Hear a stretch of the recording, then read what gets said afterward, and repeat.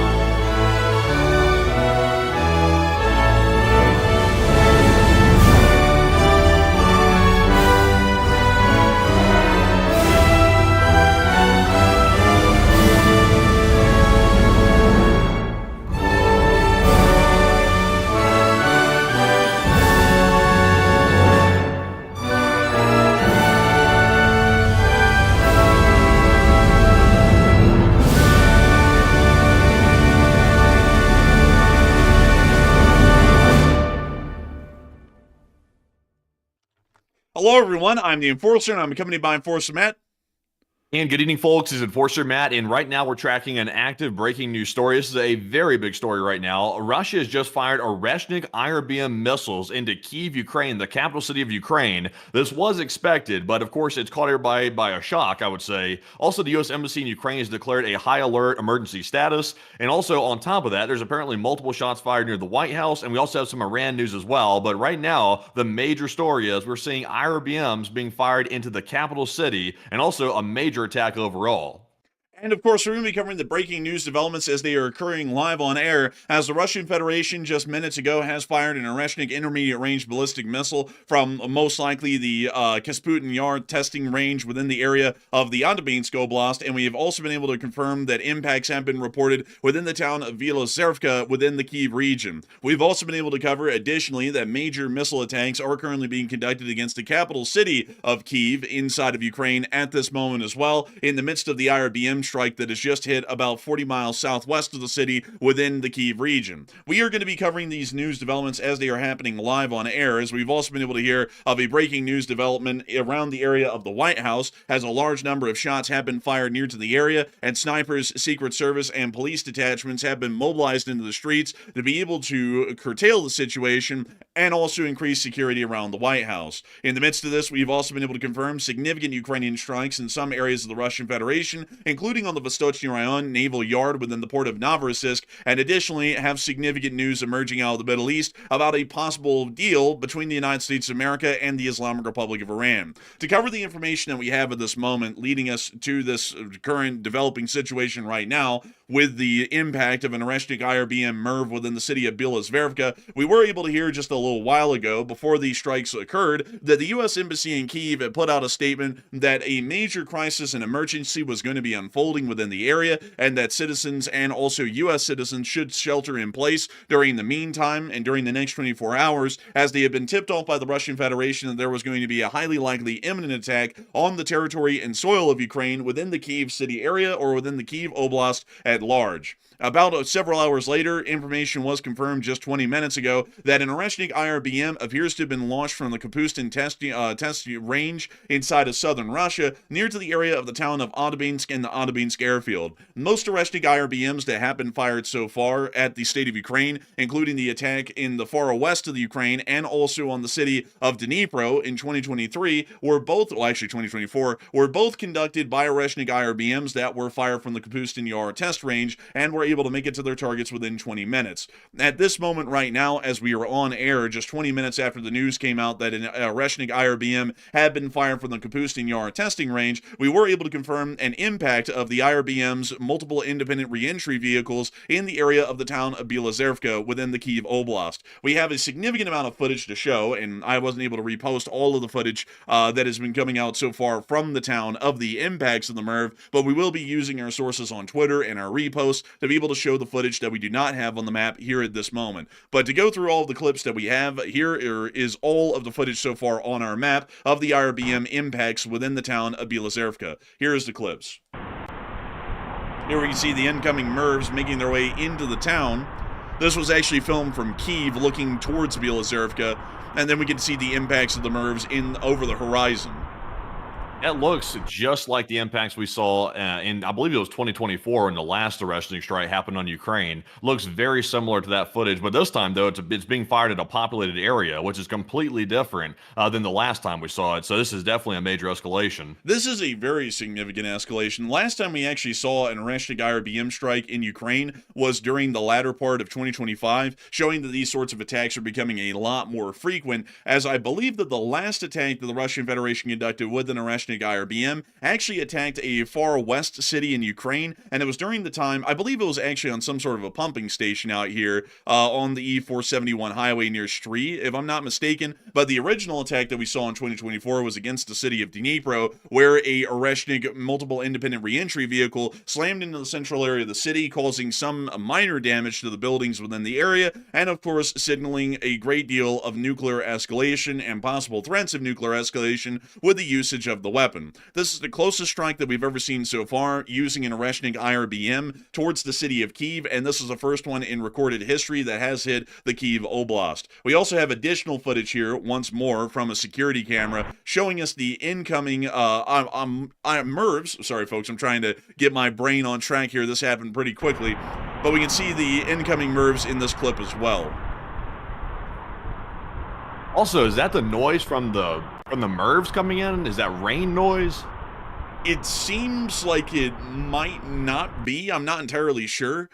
Because yeah, it sounds unnatural. That doesn't even sound like the normal environment nearby. So that's why I was wondering if that was the missile, because it sounds like some like loud rain noise out in the distance. It does sound like that. I think that's something around the area of this camera, because usually these sorts of MIRVs, if they make any sort of a sound, it's going to be some sort of a loud sonic boom. It's not going to be anything that sounds like a loud rushing torrent of water, at least from what we've seen in prior clips from prior attacks. We also were able to get this footage here, which was actually filmed from inside of Bila Tservka, showing the Oreshnik IRBMs making their way into the area and hitting their target. Oh my God. Remarkable. Look at that. Absolutely crazy. That is wild right there. You can actually see every single element of the MIRV coming in. I've never seen this type of angle of a MIRV coming in. This is actually, it's obviously tragic, but also remarkable at the same time. Play it a little bit and let's see the multiple vehicles coming in real quick. Let's see here. And we can see look at that. You can see them. Like there's multiple pieces to each like segment of the missile coming in. That's wild. And yeah, we can see them right here coming in little clusters and hitting the ground as well. It appears that each cluster was independently targeted to a different area, because we actually see that the impact sites were different from group to group throughout the course of the footage. But once again, confirming and showing to us at the moment the direct impacts that were made from what we're hearing right now within the Bila Tservka area of the Kyiv Oblast. We also were able to additionally see other footage as well, once again showing us this clip, but this one was a slightly longer version, which is apparently showing us the full film that was made by this camera person who was able to find and film this incoming IRBM strike on the town. And here's that clip. We can see the IRBMs coming in once again.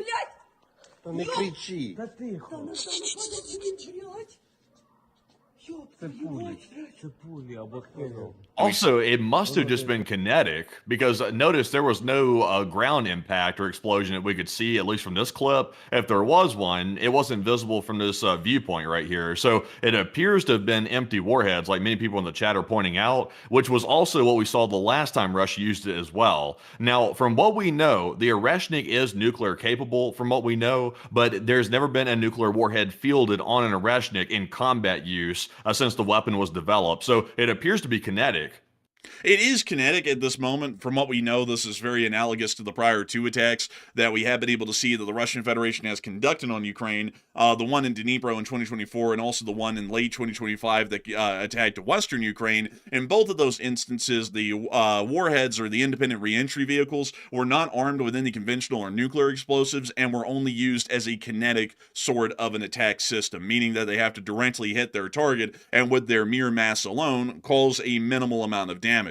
Still, the idea behind these sorts of uses of the Oreshnik IRBM and its MIRVs is to be able to try and create some sort of an effective deterrence or significant fear within the Ukrainian government that the next Oreshnik launch may not be inert and may actually be conventionally or nuclear armed. Really more so the threat being nuclear armed. I do have to make it incredibly clear, folks, for many people who are doubting the veracity of the footage, that we have seen two attacks just like this in the past, both confirmed by the Ukrainians and the Russians, and both times we never saw any explosions from the warheads. This is authentic footage that we're seeing at this moment right now, and just because it doesn't meet Kurt Cobain or Michael Bay style explosions and lens flares doesn't mean that the footage is not authentic. This is authentic footage by every extent of the measure, and this is showing us right now an active ongoing attack by the Russian Federation with a nuclear capable intermediate range ballistic missile against the state of Ukraine fired from inside the Russian Federation. We can see the continuation of the footage as they continue to look into the distance, and we can actually hear the sonic booms of the MIRVs after some time after they've already impacted. Знаєте, що це? Орешник. Орешник ебанул, точно, разлетел. Це орешник. Орешник, оце ж упало. Це орешник. We can, of course, hear them quite concerned and startled. Орешник не збивається, він падає. Це він упав, оце ж оце. А що ж це розлетілося на часті? Оце? Да. Артем, на яку їбалу тут, блядь. But of course, showing us once again the incoming IRBMs and their impacts within the area of Bila Tservka. Additionally, we have also been able to hear that at the exact same time, a major conventional ballistic missile attack is currently being conducted on the city of Kyiv itself. It appears that one of these videos, this one here, actually shows us what this specific reposter has stated is a Patriot air defense interceptor striking the city of Kyiv, but we're not entirely sure of that at the moment. But we can see here an incoming ordnance slamming into the city. I would generally assume that that is more so likely some form of an incoming Iskander or other form of a ballistic or cruise missile that was hitting the city of Kyiv during that clip. We also were additionally able to see more footage here of the strikes inside of Kyiv.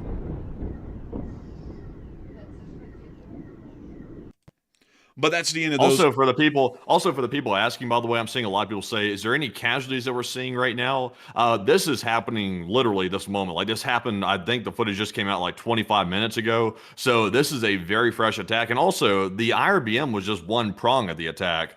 We've heard that apparently Kinzels were launched. A whole bunch of different ballistics were launched as well. And this is a very comprehensive attack on Kyiv, Ukraine. So the IRBM is what caught everybody's attention. But overall, though, like, I would say that the real damage is being done by the normal munitions that Russia uses pretty much all the time. But this is a very large attack. We did hear as well this morning that I covered in the short war video that the U.S. Embassy did warn that there was going to be an attack like this in the next 24-hour period. It turns out it happened a lot faster than everybody expected. It happened literally just hours after they made that announcement. And then also Zelensky was warning about it as well. So it looks like the Russians tried to pull a fast one. They pulled a surprise attack, basically, as quick as they possibly could.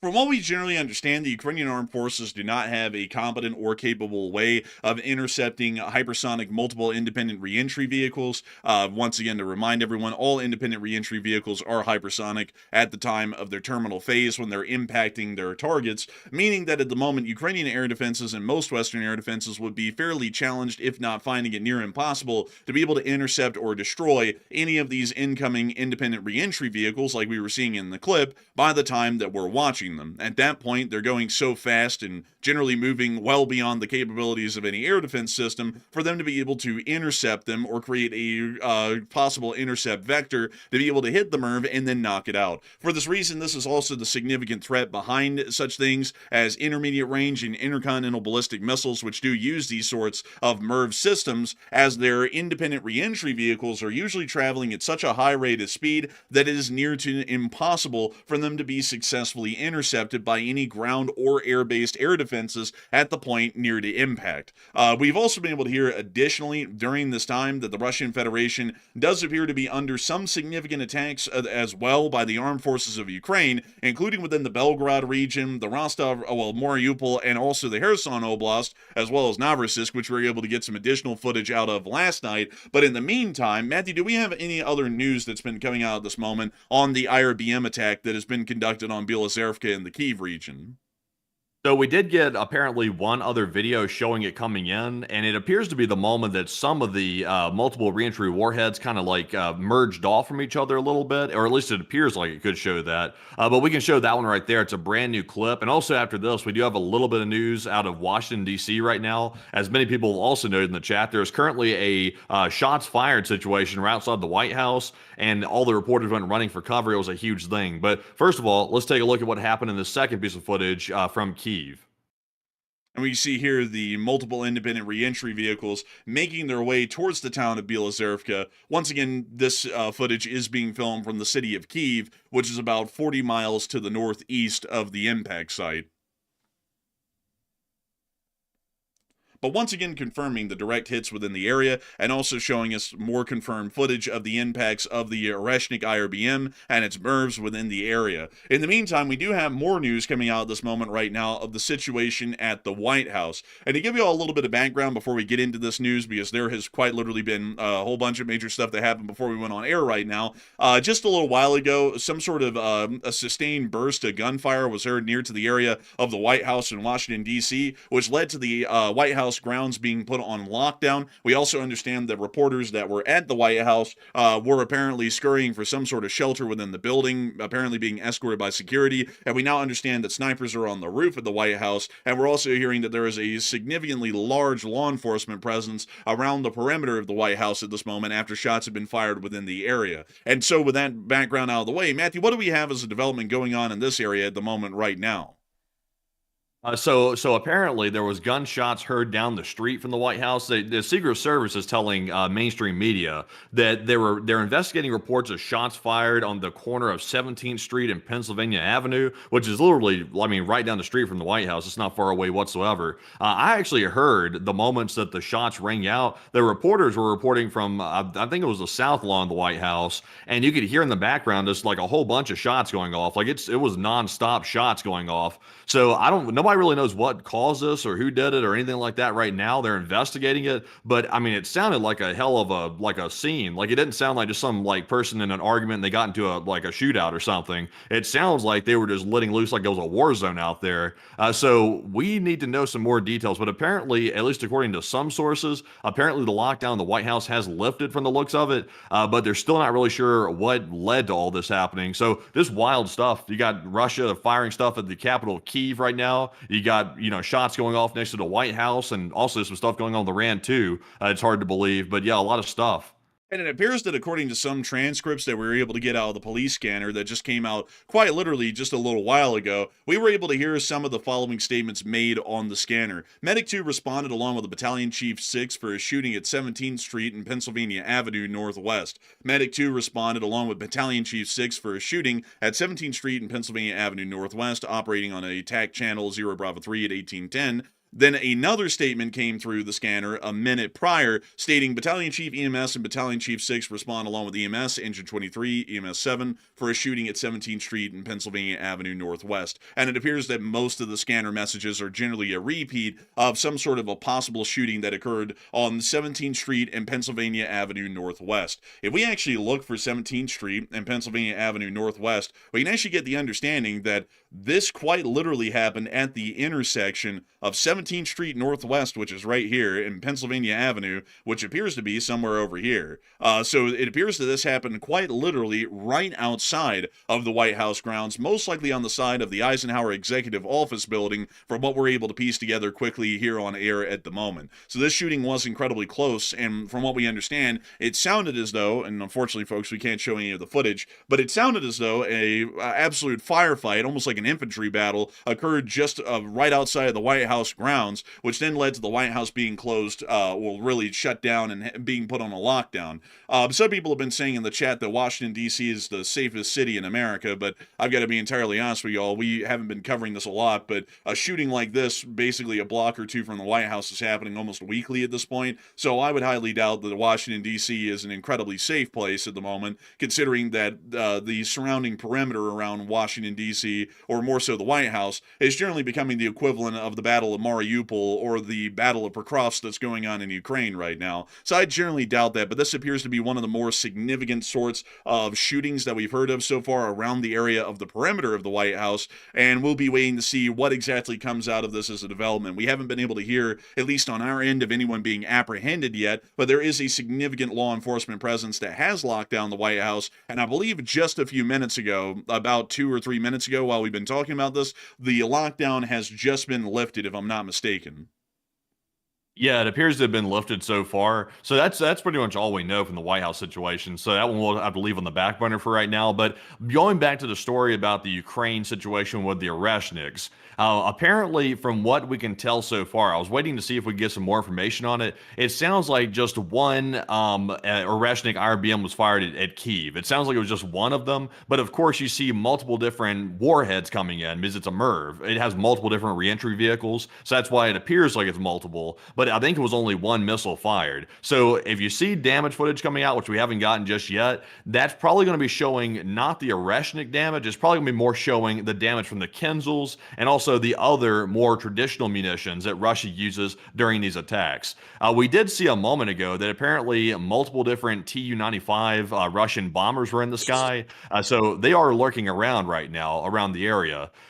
So we're expecting more attacks and more information to be coming out about that here pretty shortly. But, you know, it does appear that Russia's trying to get vengeance for all the attacks that Ukraine's been conducting on Moscow. It looks like they're going pretty hard. Now, one thing I also want to note as well is Ukraine had stated that the Russians were going to go for government sites, meaning they were going to try to strike centers of decision-making in the capital of Kyiv. Right now, we simply don't know exactly where these missiles have impacted. It could be that the Russians targeted that, but right now we simply just don't know. But Enforcer, what's your take? It does appear that at the moment, the strikes are most likely not directly attacking government centers, at least from the information that we have at the moment, as we haven't been able to hear any initial reports of any of the central government buildings in the city of Kyiv being hit or heavily damaged as a result of the ongoing attacks that we're watching right now. We do understand that there has been a lot of explosions in the city of Kyiv, but it doesn't appear that any of those have been within the very central area of the city where most of the governmental buildings are at this moment. So it appears to just be a broader attack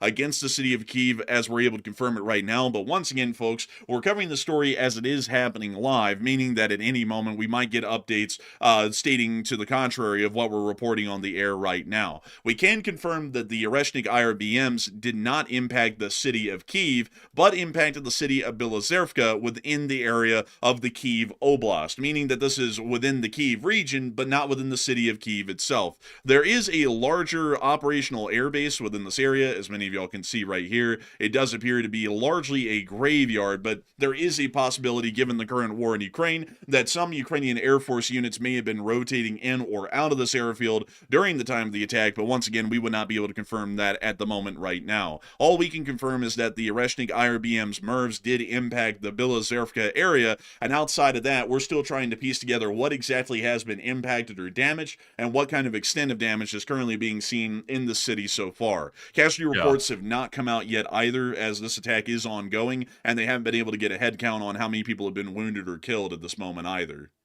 Yeah, and also, by the way, real quick, let's do an analysis of the missile, because I see a lot of people having questions about the Oreshnik. The Oreshnik is not new, by the way, like we've said before. It has been launched on Ukraine before. In fact, that was the first combat use of the missile, was on Ukraine by the Russian forces. So we know generally it's about a 3,000 and 5,000 kilometer range for the weapon. That's how far it can go. But there's also a minimum range on the weapon as well. So how close was Kyiv to the launch site of Kapustin Yar? Because right now it's believed that Kapustin Yar was the launch site for the missile. How far is that? Just so we can get an idea of how much close it was to the minimum range of the missile itself. It was at a range of about 716 miles. If I'm not mistaken, I think the Oreshnik IRBM and most IRBMs have a minimum firing arc of over 300 miles or so. So this was well within the range of the IRBM. Not at its longest range, but somewhere around the middle range of what it's capable of. Yeah, and also it's really stupid, folks. Like, it's really dumb. This is mainly, and also, by the way, I mean, it appears to have been largely kinetic, meaning it did not have an active warhead on it. It was simply the actual MIRV itself was simply smashing into the ground, and it created a kinetic impact, which causes damage, by the way. But it's not the same as arming it with, like, explosives. It's not the same thing. So this appears to have been kinetic, no warhead included, no explosive. So it's kind of stupid to use an Oreshnik, because Russia is not exactly what you'd call a rich country right now. They're going broke, and their pockets are a little bit on the empty side, the light side, I guess you could say. And the Oreshnik is believed to cost between $30 million and $100 million per launch for a single Oreshnik IRBM missile. So that's a very expensive munition to launch, just to, I guess, make a statement, I guess, because we don't even know what it hit yet. Like, it appears to have hit somewhere off to the side of Kyiv, maybe, but we can't really tell. So really a dumb thing to do. But of course, this is the way Russia terrorizes Ukraine, by doing stuff like this.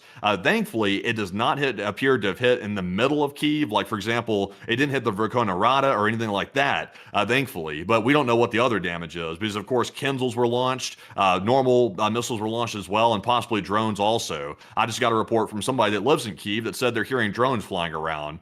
So it's definitely not over yet. One thing that's also interesting as well is that according to intelligence leaks that have come out of the Russian Federation, Russia's capabilities to produce Oreshnik intermediate range ballistic missiles is very meager at its best estimates. Annually, it's expected that at the best case scenario, Russia is only producing 5 Oreshniks annually, and at a more normal pace, they would be producing about 3 of them, meaning that the single launch of this one Oreshnik has expended 33% of their Oreshnik IRBM production over the course of this year, meaning that the only one, if this Oreshnik is a brand new variant of the Oreshnik, the only one that they have successfully built this year was just launched to the Ukrainians, and right now they're about a third of the way to halfway to working on finishing the second Oreshnik for this year in terms of production figures, meaning that not only is this costly, on the costly side, prohibitive, but also it is strategically asinine, as this is expending significant amounts of munitions relative to their production rate annually and the amount that we believe are in storage,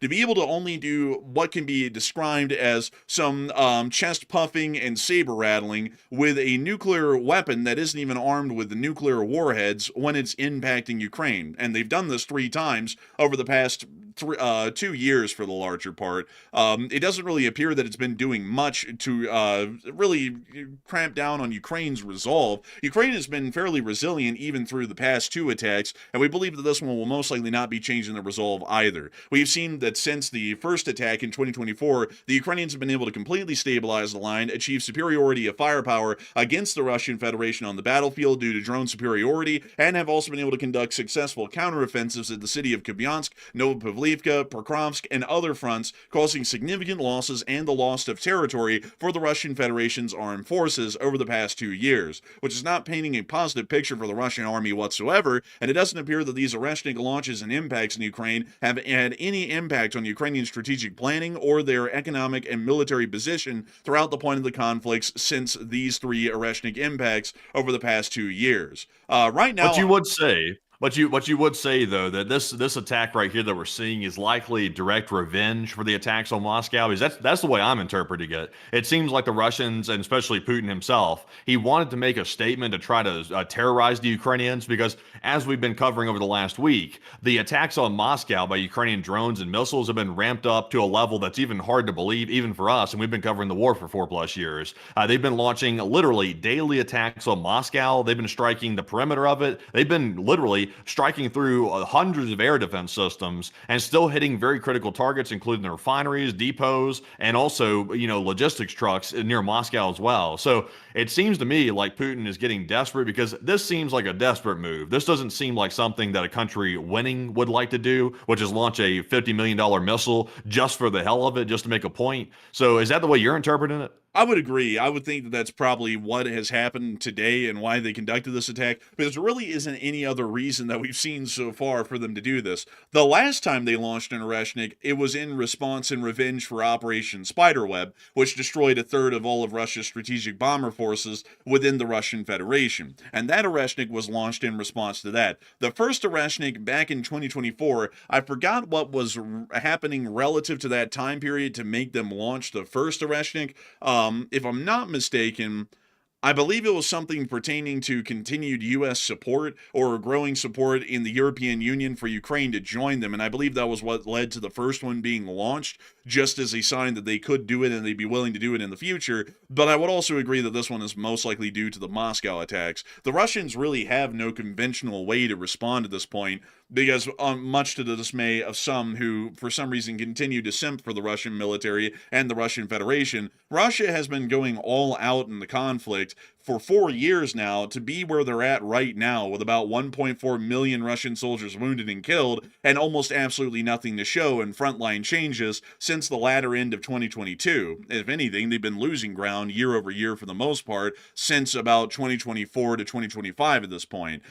So generally, the Russians don't have much of a way to be able to respond to things like a conventional Ukrainian attack on Moscow without working towards trying to use or feint the use of some sort of an IRBM like the Oreshnik that we just saw used today. So I would say that this is really a sign of desperation and also showing that Russia is at their absolute limit of what they're conventionally capable of, since they have to keep trying to employ this as a form of a threat against Ukraine and also the Western world. Yeah, I would say so. The only question, I'm about to put this up in a poll right now. The question I have is this going to start affecting Ukraine's willingness to launch attacks on Moscow? Because it does appear like Zelensky's plan to basically bring the war home to the Muscovites, which are the people that live inside of Moscow. It seems like it was actually having an effect. The people in Moscow were starting to get very vocal about the war not going well, and also the fact that Putin came to protect the capital city. So I wonder if this is going to affect how Ukraine launches their attacks. Are they going to reel them back in the fear that maybe more IRBMs might be fired at their capital city? I just wonder what that effect's going to look like. I would have to say I don't really know, and so far off of the past 2 examples, we've seen that Ukrainian resolve has not really changed at all, regardless of the use of Oreshniks. And so I would go off of this one assuming the same, since we already have 2 examples from the last 2 attacks of the Russians conducting this sort of a threat, and then Ukraine largely shrugging it off and then even ramping up their attacks against Russia. I have a feeling that we're probably going to be seeing that nothing changes, or if anything changes, Ukraine will probably start to hit the Russians even harder, because that seems to be the ongoing trend since the last 2 attacks, and how Ukraine then responded and started to work off of them.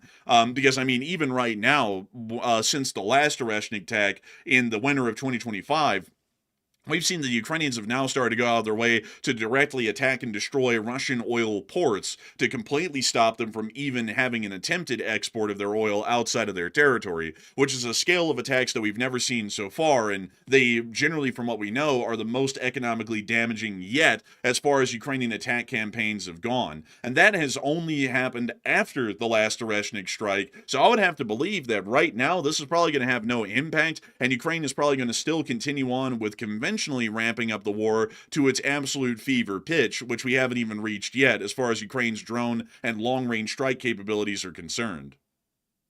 Yeah, probably so. Also, by the way, I am scanning for more breaking news right now to try to get a gist of what's happening right this very minute. There is no new footage coming out of the Oreshnik strike, well, although we've literally gotten pretty much every angle of that strike so far that we've shown pretty much on the air. So I think that's, well, actually, I say that, but let's see here. I think I might have one more angle here. I'm not sure if we've shown this one before, but I think this is actually a new angle that I just got. So I'll just repost that right now. Let's take a look at this clip and see if this is a different angle. It appears to be. I saw all the ones earlier, and I don't recognize this one. This is fresh. Like, I saw it, I was like, this is fresh. We haven't seen this one. So here's the clip. Ебать. Это Орешник? Нет. Так я наебал тебя. Are they supposed to come in sideways like that? How come some are aiming at the ground, at the target, and then some are like sideways and crooked flying down? I don't really know how to explain that, actually. That's a good question.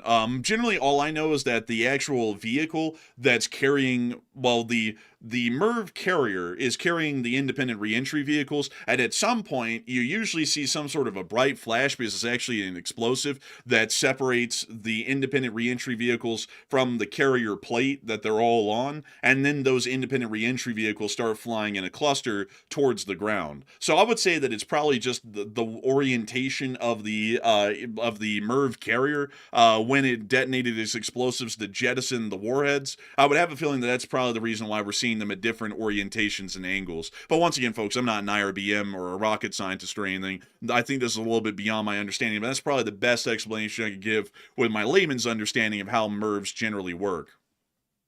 Yeah, honestly, just the wild thing. It just seems janky. Like I see a lot of people in the chat saying it seems like these missiles never really have like a proper trajectory to them or something. I will say I'm not a MIRV expert either. I just know the basic topical information about it. But this something about this doesn't look right. Like something does not look normal about that. Like it seems like they should all be in a line. But I mean, they're like going every which direction. Like the piece at the top was literally sideways coming down, and the other ones were straight at the target. So I don't know if this thing's working properly or not. I mean, the thing's had a lot of malfunctions. I mean, we've heard of Oreshniks blowing up on the launch pad. We've heard of them failing where they don't even ignite. I mean, there's been failures. And also, to make it even worse, the production timeline for the Oreshnik had to get pushed back for ages because they couldn't quite iron out the kinks with it. So it's very possible that maybe it's just janky and it doesn't work that good. That could definitely be the case. I also see that some folks in the chat are saying they seem to be going so slow they can't be an Oreshnik. That's just a matter of perspective. If you look up right now at the moon doesn't look like it's moving at all, but the moon is moving at a speed of several 100,000 miles an hour. So it's really relative to the perspective of the viewer. You can also look up some nights and see the International Space Station going overhead, and it looks like it's going at a snail's pace. Like if it was a car, it would be going at about 30 miles an hour, when in reality it's going, I believe, 100,000 miles an hour as well in orbit, or an exceedingly high rate of speed. It's due to the fact that these people are filming this from Kyiv, and they're watching them from the very entry into the upper altitude to their impact on target, that this looks slow. But if you were to ever ask anyone to get a flying aircraft to go from the very outer edge of the atmosphere to hitting Bila Tservka in less than a couple of seconds, you would be at an extremely high rate of speed. You would be well over Mach 10, probably towards Mach 20, with what we're watching right here, which is well within the hypersonic range. It's just that we haven't seen any footage from very close up at a fixed angle to show the true rate of speed of these MIRVs as they're impacting their targets. But also, by the way, folks, I don't have the exact speed of the ISS on hand. I'm just trying to use that as an example. But we do have breaking news coming out at this moment right now. So what do we got? Okay, so let's jump back to the situation around the White House right now. We've gotten an explanation for what likely took place. They're saying that a man was shot by U.S. Secret Service after opening fire near the White House. Also, a bystander was also shot as well. So this could be a possible terror attack from the looks of it. It looks like someone jumped around to the perimeter of the White House and started opening fire, which seems to corroborate what people were hearing in the background of these news broadcasts from the South Lawn. So this seems quite bad, actually. It seems like they were able to slip past some of the security nearby to the White House perimeter, and they started firing for the most part. So the details are still sparse, but now we're getting the idea that maybe it was not an altercation. Because also, I want to bring this up as well. we just heard of another shooting, I think last week near the White House, right down the road, and we never got a full explanation for what was happening with that. I think they said someone just like started shooting and that was the end of it. And a lot of people, I think including myself, chalked it up to maybe it was like a road rage incident or somebody was fighting or they got into a brawl and they started shooting at each other. But this appears to be a little bit different, possibly. So quite disturbing to see that. A lot of chaos going on right now. Certainly a lot of chaos. I mean, I think at this point, Matthew, I think we've heard of a major shooting around the White House once every week for like the past 3 weeks at this point. I remember 2 of them quite vividly. That there was one shooting that happened, I think, right up on Pennsylvania Avenue Northwest somewhere, and they had to shut this down. And then there was another shooting, I think, that happened on Pennsylvania Avenue Northwest heading towards the Capitol somewhere, and they had to shut the whole area down for that as well. And these 2 incidents, I believe, have just happened over the past few weeks leading up to this one. So I don't know what's going on around Washington, D.C. There's either something in the air or something in the water, but it's turning into a battlefield up there around the White House right now. I feel like at this point, they're just going to keep the place on a permanent state of lockdown, and they're going to have to Mad Max out the beast to try and get the president in and out of the building every day, because they're going to be going out into the wastelands, basically, at this point to be able to leave. But pretty wild incident nonetheless. And also, it appears we got some more details as well. According to Insider Paper on Twitter, they're saying the suspect approached checkpoint near the White House and fired at officers, according to a U.S. law enforcement official. And take this with a grain of salt, by the way. I've not seen other verification of that, but that's coming from Insider Paper on Twitter. They say that the suspect in the shooting is down and taken to the hospital, and the scene is contained and no law enforcement personnel injured, according to the official. So if we believe that story right there, that's even worse. It sounds like they might have tried to breach the perimeter of the place. So I'm not. They keep expanding the White House perimeter. By the way, they keep expanding and they keep putting fences further back on the streets near the White House. I remember like I think it was like 8 or 9, 10 years ago when we went to D.C. and saw the White House. They were already extending the fences back even further beyond the White House. So I'm not sure how far back they are now. But this guy apparently approached a checkpoint from the sounds of it, and then started getting fired at. Man, honestly, it's just wild. I don't really think they can expand the fences any farther either, because everything else around is private property.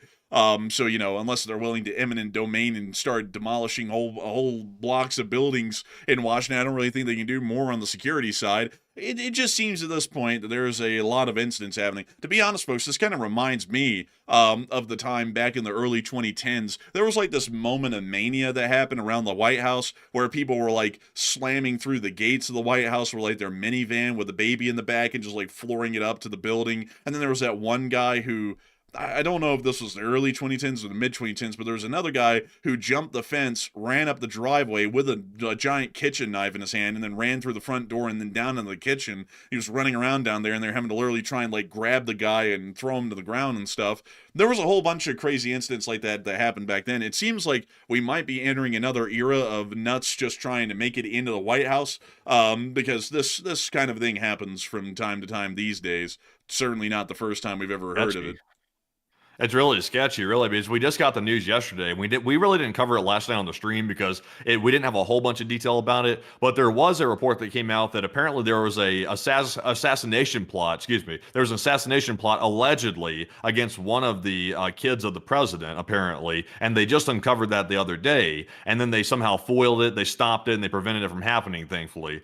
So there's a lot of threats going around. I mean, also, by the way, we'll get to this in just a little while. There's also some new happenings with Iran, that apparently a deal is close. At least they claim a deal is close, and it sounds like it could be a done deal, but there's still some loose ends that need to be tied up with that. And also, a lot of people are not very happy with that. I'm seeing a lot of lawmakers coming out, and they are not happy that the U.S. might have possibly conceded to the Iranian terrorist regime. So there's no telling. I mean, it could be an Iranian sympathizer that's doing this type of stuff. They could be activating their sleeper groups possibly, but it's certainly a dangerous time in America right now.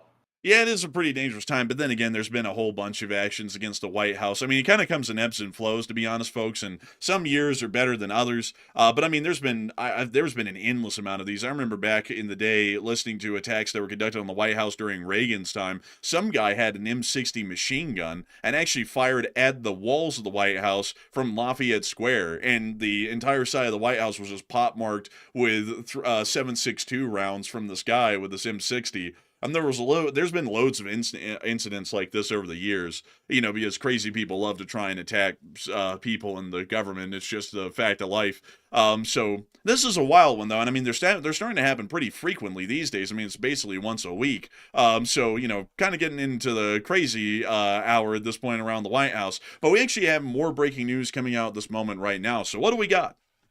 Okay, so we're getting some footage of the other attacks with the Iskander-M ballistic missiles on Kyiv. This is a horrific attack, folks. Like, this is a very bad attack on Kyiv right now. And let's take a look at this. This is apparently one of the, or a couple of the Russian Iskander missiles coming in and hitting the capital.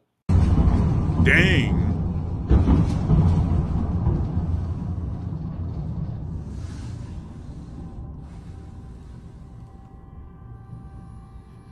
You can hear the air raid sirens going off a little bit. That's crazy right there. Those are some pretty significant hits. It looks like Kyiv's air defenses might be getting overwhelmed just by the sheer volume of incoming missiles and drones, and we're starting to hear of a lot of impacts in the city of Kyiv, which is very unfortunate to hear. But luckily, we haven't been able to hear of the Russians firing an individual Oreshnik at Kyiv, just at Bila Tservka. But that does not mean that Kyiv is not getting hit heavily at this point and taking a significant amount of damage from the ongoing Russian attack at this moment right now. Yeah, and also keep in mind, by the way, that Zelensky literally agreed with Putin just on May the 9th, which was about a week or two ago. He agreed not to launch a Ukrainian drone attack on the May 9th Victory Day parade. He didn't have to do that, by the way. I mean, they agreed to it, and Putin didn't follow through on any of his part of the deal at all. But Zelensky decided not to hit the parade and let it go. But now we're seeing that now it appears like Putin wants to get revenge on Ukraine once again unfairly. Not that war is fair, but he's wanting to do this humongous attack that we're seeing tonight, even after Ukraine forewent their attack on the May 9th Victory Day parade. So this just shows you where Putin's mindset is at. He definitely plays in the gutter, definitely. And that's nothing new to people that's been following this war. Putin's definitely a big liar. So, I would expect, because I think knowing the Ukrainians after 4+ years, this is probably not going to make the Ukrainians cower in a corner. This is probably going to make them go even harder than ever, I would imagine. And they're probably going to ramp the stuff up. So we could be in for a long series of escalations after tonight. We could see that the Ukrainians launch what we theorize could be the doomsday attack on Moscow, because we do know that Ukraine has a large amount of long-range attack drones in storage. Based off of what we have heard publicly is their production figures from external sources outside of Ukraine and in Ukraine. They could conduct an attack of 1,000 or several thousand drones on a single day on the city of Moscow, and that would quite truly overwhelm the Russian air defenses around that city so badly.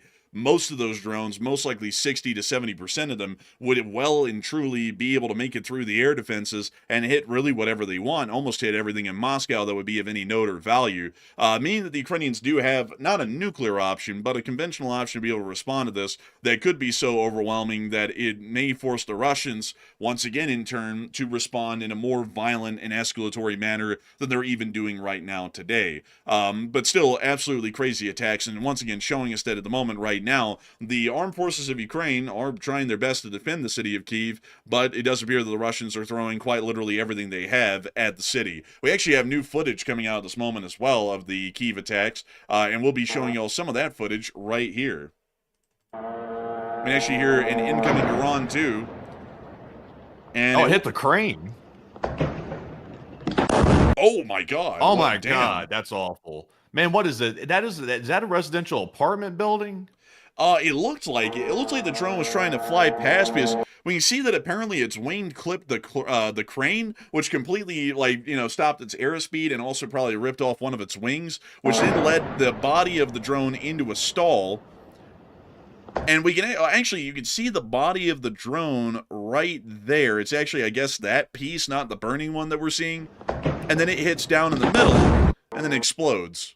Jeez. Well, thankfully, it looks like it was under construction because the crane there is all over the site. Whatever it hit down below, I hope, and it appears to be, it was probably unoccupied because it was in the middle of the night, obviously, and they're not working in construction in the middle of the night.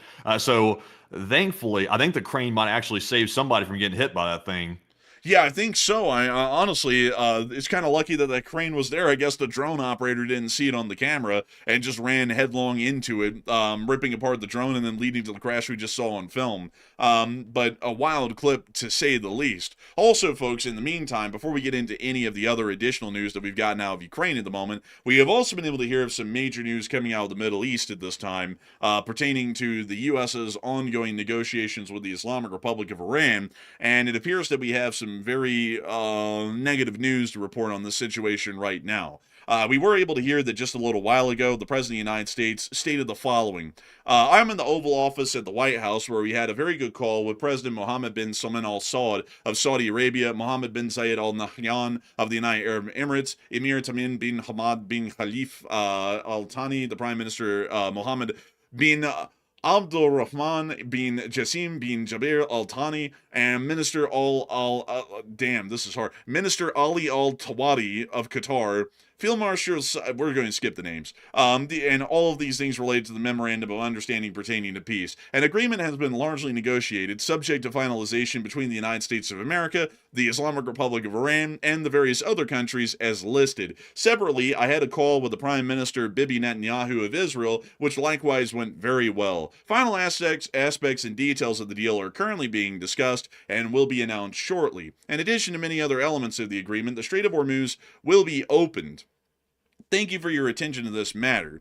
Right afterwards, the Iranians then came out and stated that the Strait of Hormuz is sure as hell not going to be opened, as the Iranian Fars News has denied the president's claim that the Strait of Hormuz will return to its pre-war status, saying any possible deal would leave Iran in control of passage routes, timing, and permits, and while only allowing traffic to return to previous levels, generally making it clear that right now the Iranian media is making it incredibly clear that they are not going to be reopening the Strait of Hormuz at any point in the future, and this is starting to throw the entire statements of the president into question, because generally a lot of statements have been made that have always sounded very promising coming out of the White House for the past month and a half, and we've never seen any of those turn true.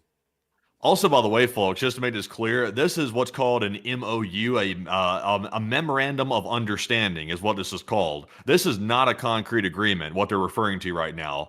They're referring to an MOU, which basically means we agree to talk in the future, which is about as weak as an agreement can possibly get. Ask Ukraine about memorandums. They'll tell you all about that. It's very, very, very, very weak. I hope that this turns out not to be true right here, because it's starting to sound like the U.S. is thinking strongly about conceding to Iran, which would be the most horrific move that we could possibly make ever in this situation. So I'm just not sure. It's contingent on Iran agreeing, and it's contingent on the U.S. finalizing it as well, which is still a long way to go. That's not as short of a gap as people think, because the Iranians, like you're going over, are still saying that they're not giving up control of the strait, they're not giving up nukes, and I don't see them giving those up in the near future whatsoever. They are not giving up a single thing from what we know. Also, additionally, we have now heard from the U.S. side that apparently after this memorandum is going to be signed, once again, to make this clear, and let me wait to try and pause this. Okay, well, apparently it's not even going to play. But after signing the memorandum, which is largely non-binding, Iran and the United States will have 30 days to reach a full nuclear agreement. If one is not reached, then nothing happens from what we're understanding right now. So we have 30 days to reach a nuclear deal with Iran. So the timer's on us. And then if the Iranians just somehow persist, I suppose, through those 30 days, there is no way to further press them to make any sort of a deal at that point, according to what we're hearing right now. So this appears, at least from what we're hearing at the moment right now, to be near complete defeat, at least on the end of the United States, because if the Iranians are saying that the Strait of Hormuz is going to remain under their control, yet the war is going to end, and they're also not going to be giving up their nuclear weapons, and they have 30 days to waffle their way through to make sure that they can just end up dropping that whole thing dead and then just moving on, and that means the United States did not achieve a single one of its original war goals against the Islamic Republic of Iran of, here's the following: overthrowing the Islamic regime, cutting the Iranian military down to size, destroying them economically, or anything else for that matter, And now, not only that, not only do we not achieve any of those war goals, we're now going to be apparently just kind of ignoring the fact that Iran will have control over the Strait of Hormuz indefinitely at this point if we walk away, which there's really no other way to describe this other than a defeat at that point, because we're giving over control of a major strategic waterway to a mortal enemy of the United States of America within the Middle East, which is going to make them a major power broker within the region, because all Gulf states are going to have to soften up their diplomatic tone and diplomatic position with the Iranians to ensure that their ships can get through. That also means that that's giving the Chinese a backdoor into growing relations with these Arabian countries and undermining the U.S. sphere of influence that exists within the Middle East. If this is actually followed through on and pressed through with, which I do have to make it clear, folks, that there is a possibility that everything that the president said isn't even true at all, and he just like woke up from a dream and that's what he thought it was. There is a slight possibility of that. If this is actually followed through on, this is going to be going abysmally for the United States in long-term strategic impacts well on into the future. But isn't it also, just on the other side of things here, is this also kind of not what we saw right before the attack started on February the 28th earlier this year? Because when the attack started on Iran back in February, late February, we generally saw a whole bunch of statements come out saying, oh, well, you know, it looks like we're finalizing a deal with Iran. And then the next thing you know, on February the 28th, all of a sudden we had, the war broke out, literally a whole war between Iran and the United States after the U.S. Started with a massive salvo along with Israel by striking the top Iranian leadership. So I wonder if this is a similar lead up to a situation like that, because clearly the Iranians have not changed anything. I would say pretty much everybody can see that for the most part. I mean, the Iranians literally had their media come out and say they're not giving up the two main things that the U.S. wants, which is Hormuz and the nukes. They're not giving up either one of those. So could it be a possible feint leading up to an attack, possibly, that could be a quick blitz coming up very soon? It's a possibility, but it really wouldn't have much of an impact to get this far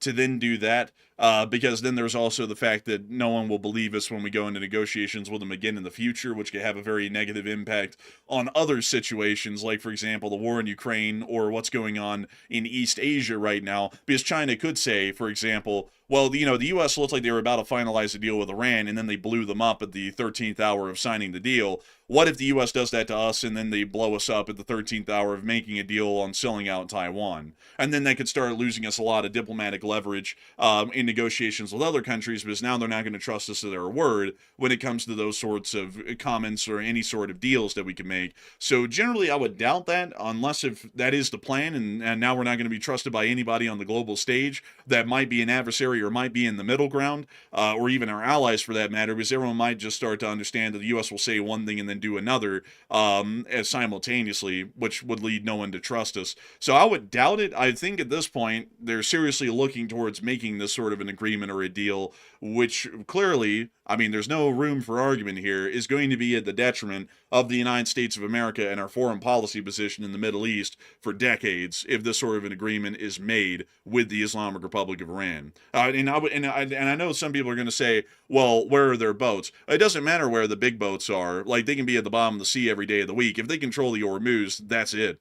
That's like saying, well, I took this guy's Glock, but he still controls the entire city. It's like, well, what's really the point of bragging about, we stole the dude's Glock out of his Camaro if he's still running the gangs that run the whole city? Well, that doesn't really mean much of anything to us, does it? Because he's still got a whole gang behind him. He's got a lot of power to leverage throughout the entirety of the region. So it won't really matter all too much in the long run, no matter what we did to the Iranians conventionally, because now they have the one thing that they'll be able to hold over us indefinitely, which is controlling the strait and shutting it down whenever we make them unhappy, and then forcing us to really have to meet them in the middle at a minimum, or meet all of their demands for them to be happy enough to reopen it to normal traffic.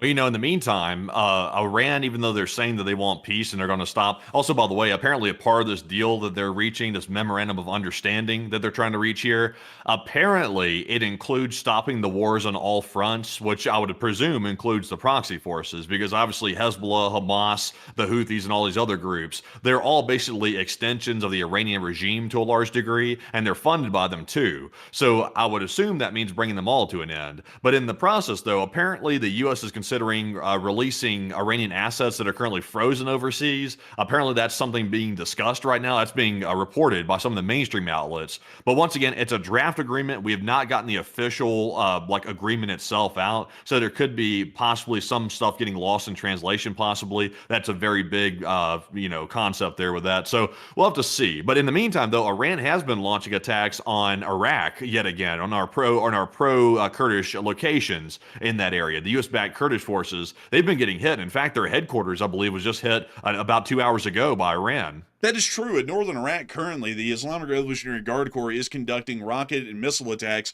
against Kurdish forces within the area, as we did get reports of rocket impacts in Tarmiya in the northern part of Baghdad. And we also were able to see that the Kurdish HQ in Erbil appears to have also been hit and is burning profusely after a major hit by an IRGC missile or a rocket that directly impacted the Kurdish headquarters. We can see the fire here in this clip,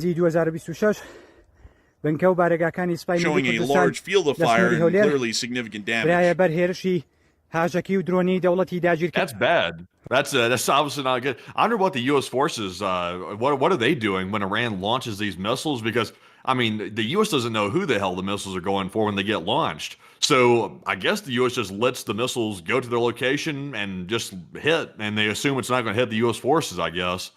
Well, that's kind of funny because that Kurdish headquarters is in the city of Erbil, and right up here on the northern side of Erbil is one of the largest army bases that we have in Iraq at the moment, which is this entire area right here near to the Erbil International Airport, which has been hit prior. When the Iranians fire these missiles, it is standard operational procedure that all of the personnel at these facilities have to go to ready shelters and basically sit in their little concrete bunkers and wait out the attack and hope that it wasn't coming for them.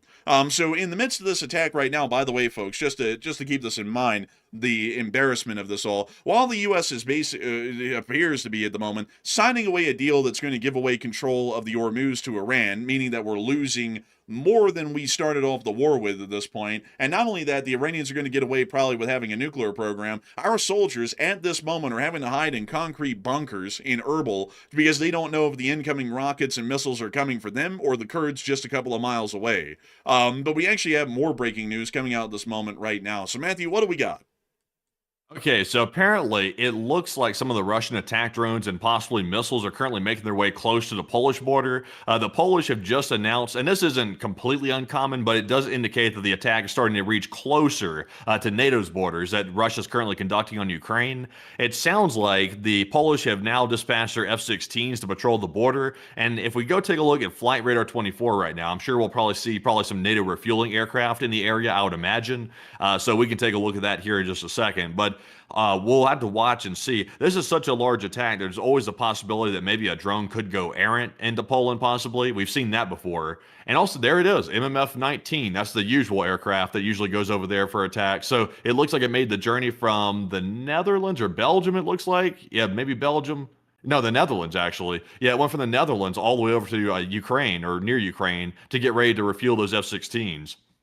And it does appear that right now there is most likely a Baltic air policing operation, or generally an Eastern European air policing operation being conducted right now within the southeastern area of Poland, as we do understand that apparently some drones are getting close. And according to the direct statement by the Polish Air Force, they have stated, attention, due to the activity of the Russian Federation's long-range aviation, which is carrying out strikes using air attack weapons on the territory of Ukraine, military aviation is operating in our airspace. In accordance with the applicable procedures, the operational command of the armed forces has activated the necessary forces and means at its disposal. Ground-based air defense systems and radar reconnaissance have reached readiness status. These actions are preventative in nature and are aimed at securing and protecting the airspace, particularly in areas adjacent to threatened regions. The operational command of the armed forces is monitoring the current situation, and the subordinate forces and means remain ready for immediate response. So at the moment, this is generally a broader statement just stating that the Polish Air Force has been mobilized along with Polish ground air defense forces, and they are waiting to see if anything at all is going to be crossing over the border. So at the moment, that seems to be what we have, and also a lot of people are currently talking about the poll that we have ongoing in the chat right now. So Matthew, what are people thinking about that, and what are you thinking about that as well?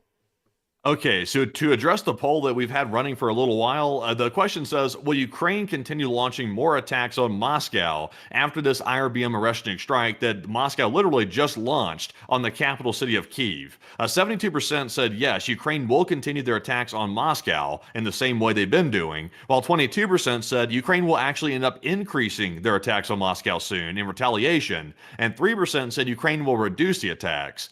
And I would say that I'm with the 22%.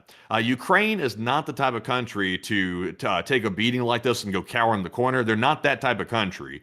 So I think Ukraine's going to increase the attack soon. If Russia wants to escalate it to the extreme, they can, and they probably will. That's the way the Russians work as well. But here's the catch, though. Putin was already getting desperate before Ukraine started launching these attacks on Moscow on the daily basis. About a week ago, we were seeing that the reports were already emerging that Putin was going to launch an attack like we saw today on the decision-making centers inside of Kyiv. We saw it happen today, so I would say that Putin was going to do this anyway, and Ukraine simply preempted it by attacking Moscow. So Putin's trajectory is already predetermined. His fate is already predetermined as well. So he knows it's not going well for him. The frontline situation is not going good. He can't protect his people in the capital. So I think Ukraine's going to ramp it up. They're going to take this thing to the extreme. And honestly, at this point, if Putin wants to tango, I mean, Ukraine's clearly willing to match him. So it's going to get there. But Enforcer, what say you? I would be with 72%. I think that the Ukrainians are certainly going to be continuing attacks against the Russian Federation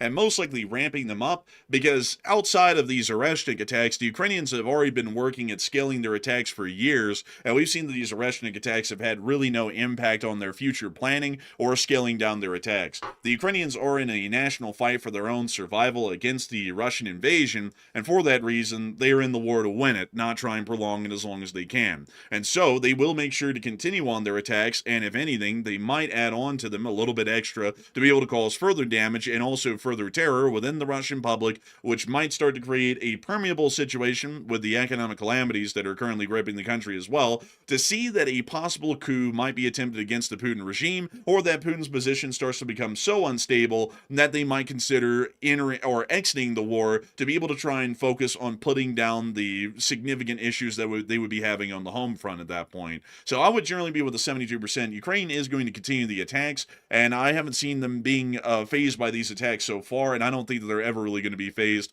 by Oreshnik IRBM strikes on their territory at any point, regardless of what is on board those IRBMs. Yeah. True. And also, another thing as well, right now Ukraine is batted 1 for 2. They had 2 intelligence reports out there warning of Russian escalations. One of them was what just happened. They were saying that Russia was going to launch an IRBM or missiles on decision-making centers inside of Kyiv. Right now, we don't know if any decision-making centers have had taken a direct impact, but it's fair to say that Russia might have been targeting those locations. So it looks like Putin followed through with that threat tonight. The second one that Ukraine's warning about is that they're saying that Belarus is going to either let the Russian forces attack Ukraine from the north on their territory in Belarus into Ukraine, or it could be the Belarusian military launches their own assault on Ukraine from the north. So at this point, Ukraine's batted 1 for 2, so I wonder if there's a second one there. Since Putin is getting desperate, that would seem to be a very desperate move to drag Belarus into it, considering that Belarus wants nothing to do with the situation. I wonder if that's going to come true next. I have a feeling that that might possibly, but it's always hard to say because, like we never really know, because I think honestly, folks, outside of the embassy warning in Kyiv, this Oreshnik attack did kind of come out of the blue a little, outside of Ukraine's warnings that they believe that something big's going to be happening and a big strike's coming.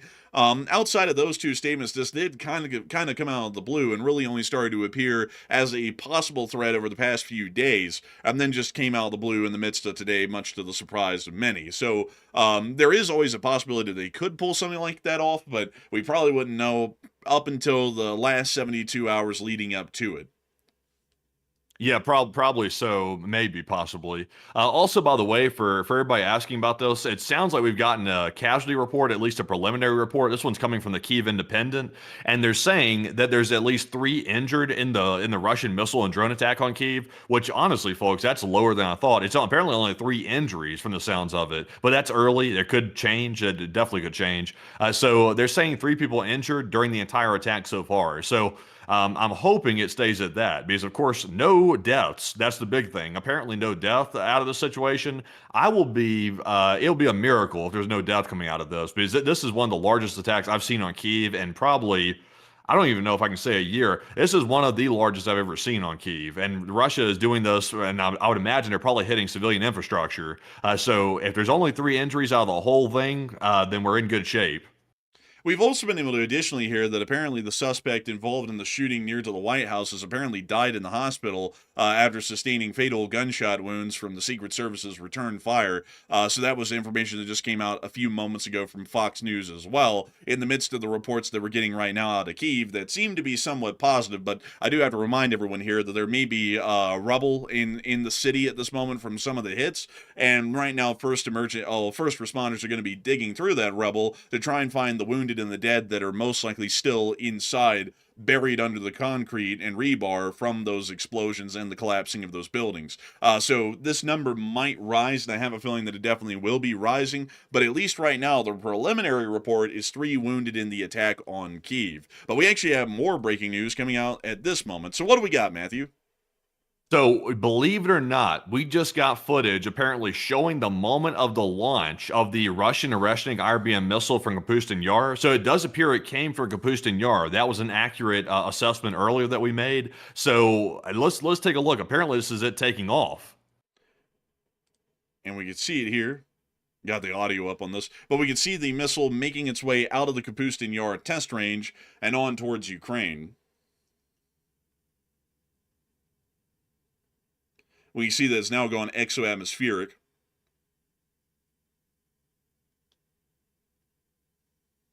It does appear to just be one. Like, that's why I was saying earlier. It appeared to have been one Oreshnik that was fired and just multiple warheads that hit, because it's a MIRV system. So it does appear to be that was the case. I saw a couple people saying it was like 10 Oreshniks. I don't think it was 10. I think it was just one. Yeah, they definitely don't even have that many to use against the state of Ukraine. That would be highly unlikely, especially against a single city, because they'd basically be wasting every single new Oreshnik that they have made over the past few years that they fired off 10 of them. So it does appear to be one, and it does appear that this is once again being confirmed at this point as being launched from the Kapustin Yar test range, which generally we reported it as factual news at the beginning, but to be honest with y'all folks, I just reported it as factual news because we had enough patterns so far to be able to recognize that clearly it would be launched from here. The last 2 were launched from here, so the third one highly likely was launched from here. Turns out it was. So that was actually accurate reporting and analysis on our end, just from pattern recognition, which is a great skill and a trait to be able to have. Highly encourage that for anybody out there right now who's wondering, wow, how do they get some of this new stuff right before it's even reported or confirmed by anyone else? It's pattern recognition, something that you've got to be very good at to cover the news and fill in the blanks sometimes that you can't answer, but have prior examples that are very similar to be able to work off of. But this is once again, the Russians are really lucky the thing didn't explode on the launch pad, considering all the malfunctions that missile has. Is if it had exploded on the launch pad with the full fuel load, it could have destroyed the entire area in Kapustin Yar. It could have just finished the whole thing off, possibly, which I had mentioned that earlier today on the short war video that I made, because it was literally just 4 or 5 hours ago. I just made a video covering the threat that this whole thing was posing with the IRBM being fired, and I was mentioning, I said, this thing could explode, and that might save Ukraine from being hit by it, because it could just like blow up their entire launch pad at Kapustin Yar, and they better be glad it didn't, or otherwise that would have finished off that entire research site. Probably so, but it isn't. The Oreshnik, usually when it fails in the silo. We haven't seen a lot of those explode. I think we only have 1 or 2 of them that have been reported to explode. I think you're thinking about the RS-28 Sarmat, which is the one that's had the, I think it's like 20% successful launch rate. And out of like the 6 tests or so, or 5 that have been conducted, 4 of them ended in catastrophic explosions on the pad or right up above the pad that literally would destroy the entire launch area. I think that's what you're thinking of, because I think we've heard of the Oreshnik failing 4 times, and 3 of those were failures in the silo that didn't lead to explosions, and 1 of them was an explosion above the silo, just a little bit off of the pad. Maybe it could be, possibly. It's just there's so many Russian, missile failures. It's hard to keep up with which one it is. But none of them really have a good track record. Like, there's some that are better, that are the best of the worst, I guess you could say. But none of them are really good. Like, they're all splotchy.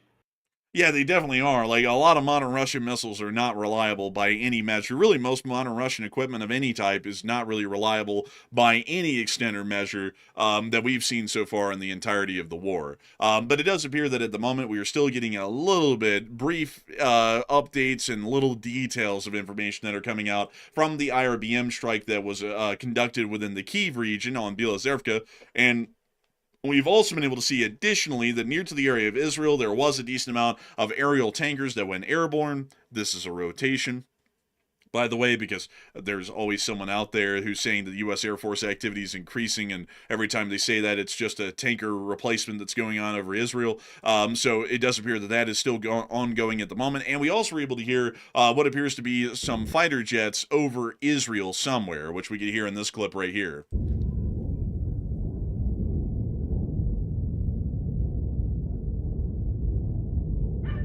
I know Israel's itching. They're itching to get back to war. Honestly, I don't blame them, because as long as this threat of Iran goes unopposed and we start conceding to it, they're going to be so emboldened. They're going to start so much shit. Like, for once, like, usually I'm not a huge fan of Israel's trigger happy like nature. Like, they're very trigger happy. They like to like fight all over the place. It's just kind of the nature of the country, because they're surrounded by enemies. They want to fight. But in this case, though, I'm like, there's actually a fair argument for going back to war with Iran, because the Strait of Hormuz is choked up. You got the nuke problem that's still lurking around. It's literally the entire reason they launched the Operation Epic Fury was because of the nukes. None of that's been resolved. So I can understand Israel for once. I definitely could. It's really something else to hear that apparently the U.S. is just willing to basically capitulate and walk away at this point from Iran. Because this isn't going to do us well at all. And I've seen some people arguing in the chat, well, it's not a U.S. defeat, because, we blew up the Bat boat down in the Strait of Hormuz with a Hellfire, and therefore we weren't defeated. I want to remind y'all here of something really quickly. In war, there are losses. And you can win a whole bunch of battles, and you can lose the war. Because, let me ask you all this. Is the Islamic regime deposed? No, it's not. We killed an old man who looked like Santa Claus, who was a bastard, and the entire government that he ran is still there in Iran. Are they still working on nuclear weapons? Yes, they are. Are they still working on ICBMs to get those weapons to the United States once they're usable? Yes, they are. Are they still funding and operating terrorist forces throughout the whole Middle East? They are. So all 4 of our original war goals that we had, and also avenging the 40,000 who were massacred in early January, which is the 5th war goal, were not achieved whatsoever in this conflict if we concluded at the moment right now. Not only that, not only did we achieve those 5 war goals, but now we're walking away in a worse situation than the war even started in, to where now the Iranians are apparently going to be having de facto control over the Strait of Hormuz. 120 oil tankers pass through the Strait of Hormuz every day, and around 27% of the world's oil is shipped through that passage on the daily. Now, from what we're understanding, the Iranians are going to have control over that strait, which means that whenever they become unhappy with us here in the United States, they can shut down that strait and jack up gas prices in the United States any day of the week and jack up oil prices globally until we end up bending to their demands. So not only did we end up ending this war, if this is truly the end at this point, not only did we end the war in an actual defeat as we achieved none of our actual war objectives, we're also being defeated by the fact that we have lost something that we originally had at the start of the war that nobody at the time even considered was a possibility for the Iranians to take over and directly control. So if we see that this war ends in the way it does right now, I would say that this is probably the worst military defeat strategically that the United States of America has faced in the 21st century without a shadow of a doubt. I would actually say throughout the entirety of the 20th and 21st centuries, because there has never been a defeat that the United States will have faced over the past 126 years that will end up being as economically damaging as this one if we walk away with a deal giving the current conditions basically de facto recognition as the norm now to be able to try and end this thing. Yeah, it would be quite bad, I would say. At this point, I've given up on like trying to like make the argument anymore, because it seems like the U.S. is doing their own thing, like the officials and the leadership. So they're going to do whatever they want to do. I'm not sure if they're listening to people anymore, except for their own opinions. So we'll have to see what's happening with that. In the meantime, though, folks, like, not to jump us back out of Iran for a second, but I am getting some more clips here, which appear to show ammunition sites in Russian-occupied areas of Ukraine burning. I didn't really hear of Ukraine launching a counterattack. I guess they have. I just really hadn't heard about it yet. But we got some video coming out, apparently showing a fire at a pretty large ammunition depot. And I think I had one more video as well, but I don't have that one on hand. But we do have this video, so let's take a look. And we are able to see the picture of the fire right there, and I think that's what you're talking about is the video, because that's all I can see on Twitter. It should be at the top now. I just reposted it. And so let's see if we can find. Here we are.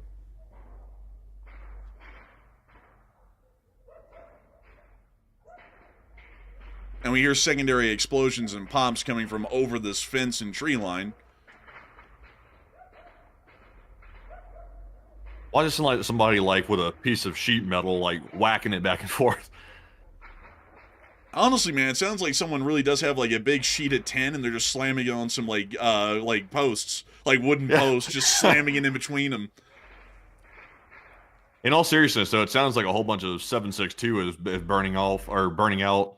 Kind of does sound like, it sounds like mostly small arms ammo, so it's probably a battalion-sized ammo dump in this town of Melitopol, which would be kind of odd because it's really far behind the lines, but it doesn't sound like a huge ammunition depot. It sounds like it was mostly for small arms ammo from what we could tell in that clip. But moving us on out of that, we do, at the moment, I believe, have some additional stuff that we're trying to get onto. And Matthew, were you trying to get into anything here before we went to that clip from Melitopol?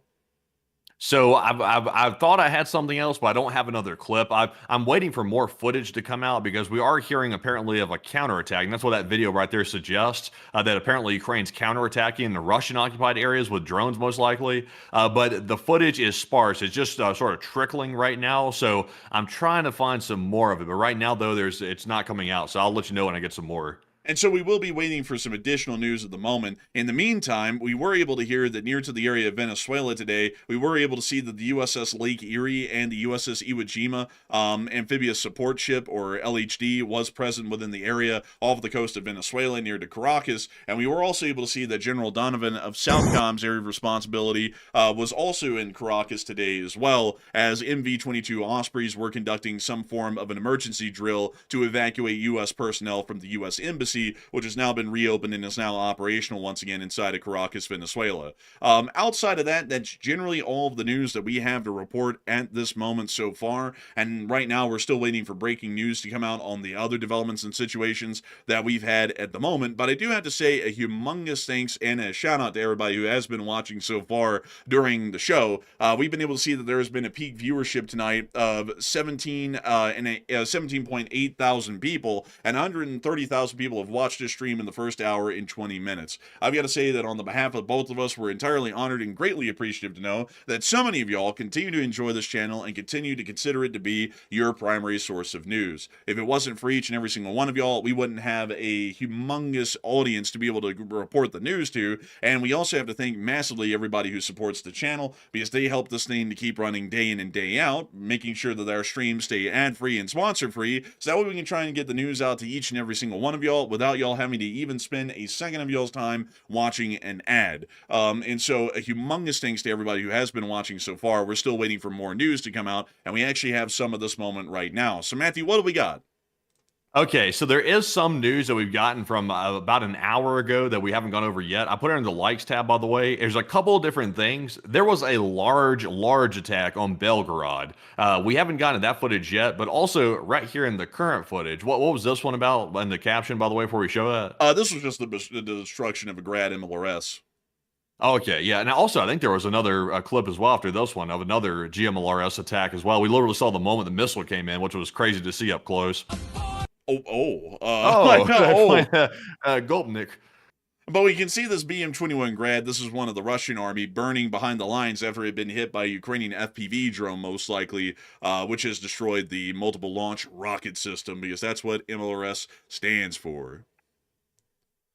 But moving us on from this clip, actually, speaking of which, we do have a little bit to cover in Belgorod, and also within the other areas of the Russian Federation as well that we did not get to yet, now that I'm remembering this, because for a moment I actually thought that we had covered all of that. Now that I'm really raking my brain, we hadn't. So getting on into it here, we were able to see that the Ukrainians did conduct a strike on Borisovka, and we were actually able to see the incoming HIMARS missile slamming into the deployment point in this clip. Observe. Oh my God. Damn. Here it is in slow motion. It's so fast I couldn't even pause it in time. That's crazy. Was this the recruitment office? It appears to be a temporary deployment point from what Warlife is saying, and I would assume that it's probably not a recruitment office because Borisovka isn't really that big of a town. This is the size of it, and I don't really feel like a town like that would probably have a purpose-made recruitment office. They probably have to drive to the city in Belgrade for that. So it looks. Okay. Yeah, there's another clip out there. I'm sure you have this one in the news segment here, but there's another clip in Belgrade where the Russians apparently had one of their registry offices target. There it is. Yep, that's it right here. We see the was it damage. was it a GMLRS that did this? Yes, this was the same HIMARS missile, but like this post here, and this is kind of like the confusion here, they say it was a registry office, and then another post is saying that it was a temporary deployment center, and I would assume that's more so a temporary deployment center, because they're very close to the Ukrainian border, and this is kind of within the Vovchansk front, so I would assume that it's probably more so for that than a registry office. Yeah, whatever the weapon was and whatever the location was, I mean, it was decimated. I mean, a huge crater in the ground, all the cars burned out. I mean, it was a destruction. It really was. I mean, it was one hell of a hit. We see him looking around and showing the damage. A tire got blown clean off of a car. So did this bumper as well. This is like a pull-apart shop here. This HIMARS came in and started stripping these cars for spare parts. Damn, like this must be Romania or something like that.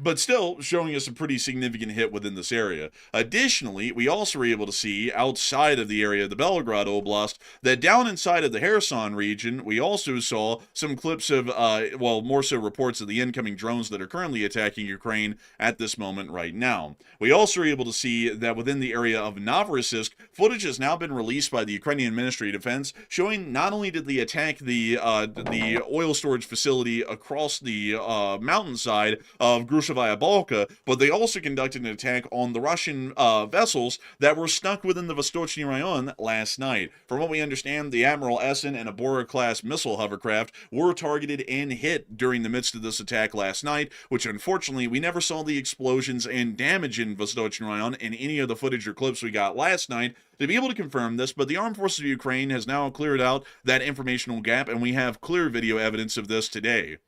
We can see here the first drone coming in for the Admiral Essen. We can now see another drone flying over a facility that's on fire, hitting air defenses within the area, including that OSA AKM. And we can now see them going in the full clip for the Admiral Essen, which is on the northern side of the Vostochny Rayon. This drone is flying towards the south in this footage. You see it coming on in. Right on the, we can't really tell if that hit the breakwater or the ship, but we can also see them now going after the missile hovercraft. Now, these are actually somewhat interesting. The Russians have some of these. High-speed vessels, mind you all. They can travel at the speed of 70 miles an hour and are anti-ship missile carriers.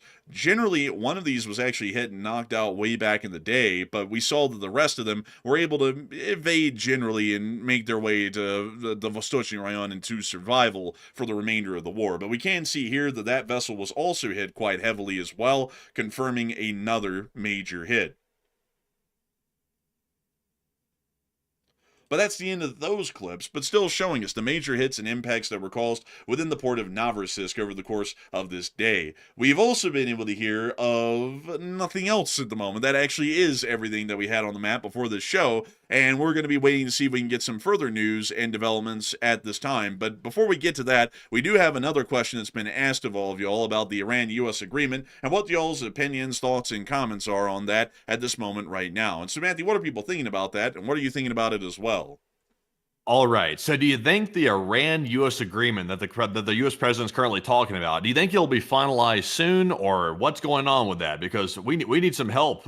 We need some help with this analysis because we're not really sure. 59% said no, attacks are imminent soon. The deal will not be finalized. 21% said it's a 50-50 chance, and 11% said yes, it will be finalized soon.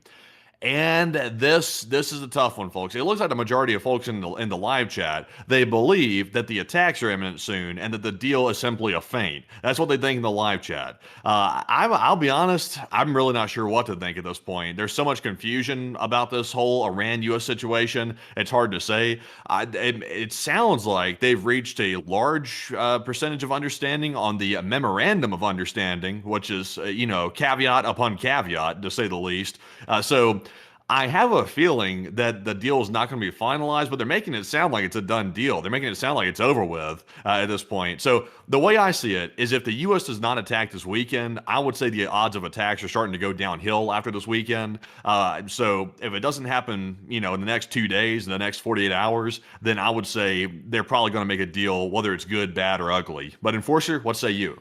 I would have to say that I'm actually in the 50-50 group. I can't really say for certain what is going to be going on at this point because the insanity of how the U.S. government has been handling itself as of late is something that is hard to even measure or even comprehend, and also the destructiveness of its actions is also unbelievable to watch in real time. Not only have we suffered at this point a decent amount of economic damage here on the home front, with farm bankruptcies reaching 40% on average nationwide, and also a great deal of additional damage being seen to the trucking industry, with a large amount of small trucking companies basically folding due to the cost of rising diesel, and a myriad of other amounts of economic damage as well, including rising prices at the pump and everything else as well, generally showing that the economy has been slowing as of late. We're now seeing that we're going to cause the United States an untold amount of strategic damage in the decades to follow if we actually make some sort of an agreement like we're hearing of right now with the Islamic Republic of Iran. So not only did we see short-term damage as a result of this war, we're going to be seeing long-term damage as well,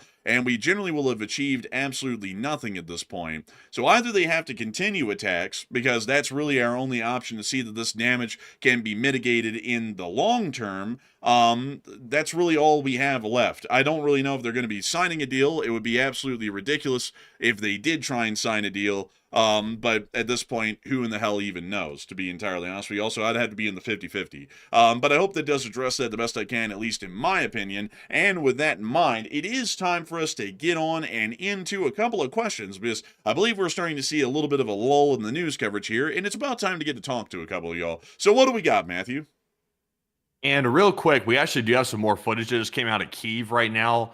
We've gotten some footage appearing to confirm the hideous part of the whole thing. The Russians are targeting apartment blocks, high-rise buildings left and right. We're seeing a confirmed impact on like the 20th floor of a high-rise residential building. We are seeing that in one video.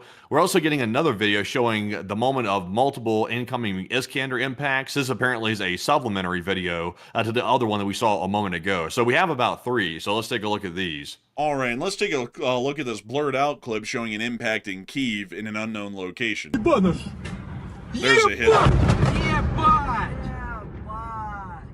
And a secondary one, and a third one. Damn. Dang. That's bad. That's really bad. That's in a dense area, too. Very densely populated. We also were able to see some of the damage caused to one of the buildings, as it appears that an apartment had largely been destroyed on the 21st floor of this high-rise, most likely within northern Kyiv. And we also had additional footage as well in this third clip, once again showing the city being hit quite heavily by the incoming missiles and drones. We see the first hit here in this clip.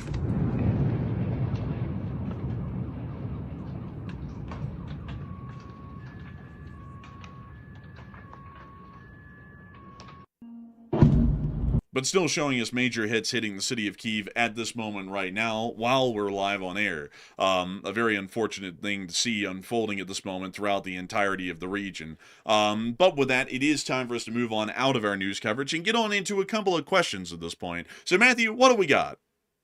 All right, so while we're still scanning for breaking news, we'll keep an eye out and we'll break to that immediately if we get some more news. But in the meantime, though, we'll answer some questions and get some super chats right now. So our first one goes to none other than Hackneys and Rhinelanders. And thank you very much, Hackneys, for being a longtime channel legend and supporting the channel with a $50 super chat. We do appreciate that very much. Hackneys said, on behalf of everyone who would like to donate but isn't able to, special thank you for the tireless work in LSA. And a humongous thanks to you for the support, Hangies and Landers. And thank you so much for enjoying the channel and supporting it and helping it to keep on running. If it wasn't for folks like you, we wouldn't be able to spend tireless hours and work every single day to be able to try and make these shows possible. And I hope that this breaking news stream at this moment today has been a fairly exceptional one. I've been trying to keep the coverage a little bit more serious, considering that it's a breaking news story. And of course, on top of that, it's also one that is rather grave, to be entirely honest. But nevertheless, I do have to say a humongous thanks to you for enjoying the channel and supporting it, because it's folks like you who go out of their way to support this channel that help to make the entire thing possible. We do not run ads and sponsors on our live streams. It's entirely supported by the viewers who watch this show. And folks like you are the ones who make it possible for us to be able to pay our bills and keep our lights on behind the scenes to be able to cover news like this each and every single day. And so humongous thanks to you so much once again. I hope that does address that incredibly well. And with that, we are on to the next one. And we also have a $50 super chat from M60 Tanker, also another channel legend. And thank you very much, M60, for the $50 support. He said, terrific reporting tonight, Enforcer Bros, and love you guys. And also, I'm glad you liked it. I'm glad you like it, by the way, because we went live literally. This might be the quickest we've ever gone live on anything breaking. We went live within 25 minutes of the news breaking, and thankfully we were able to pull it together. And Enforcer was able to pull together the main news parts for the stream, and I was able to get the stuff reposted so that way we could cover it. So it was very quick today. So hopefully y'all appreciate that. But Enforcer, what say you? And I gotta say, it was really quick. Like, what's crazy, folks, is that somehow we got up on air in 25 minutes.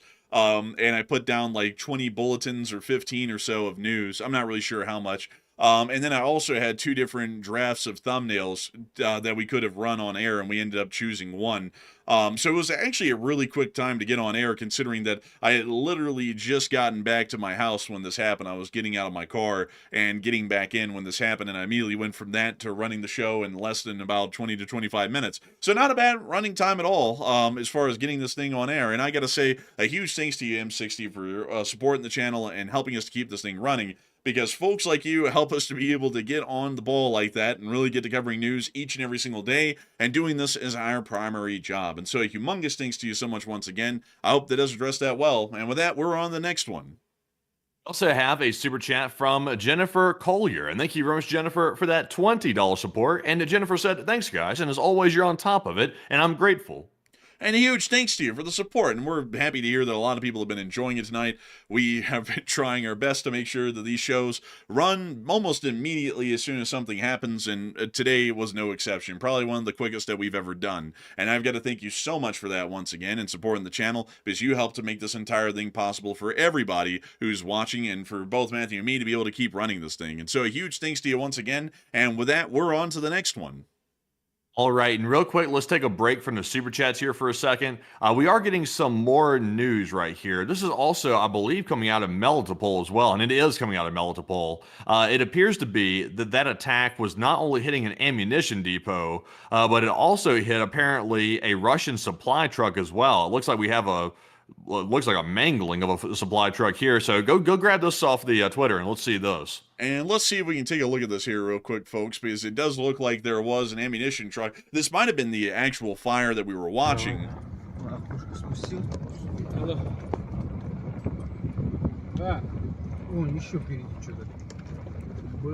don't think there's anything left. Doesn't look like it. There's the cab right there.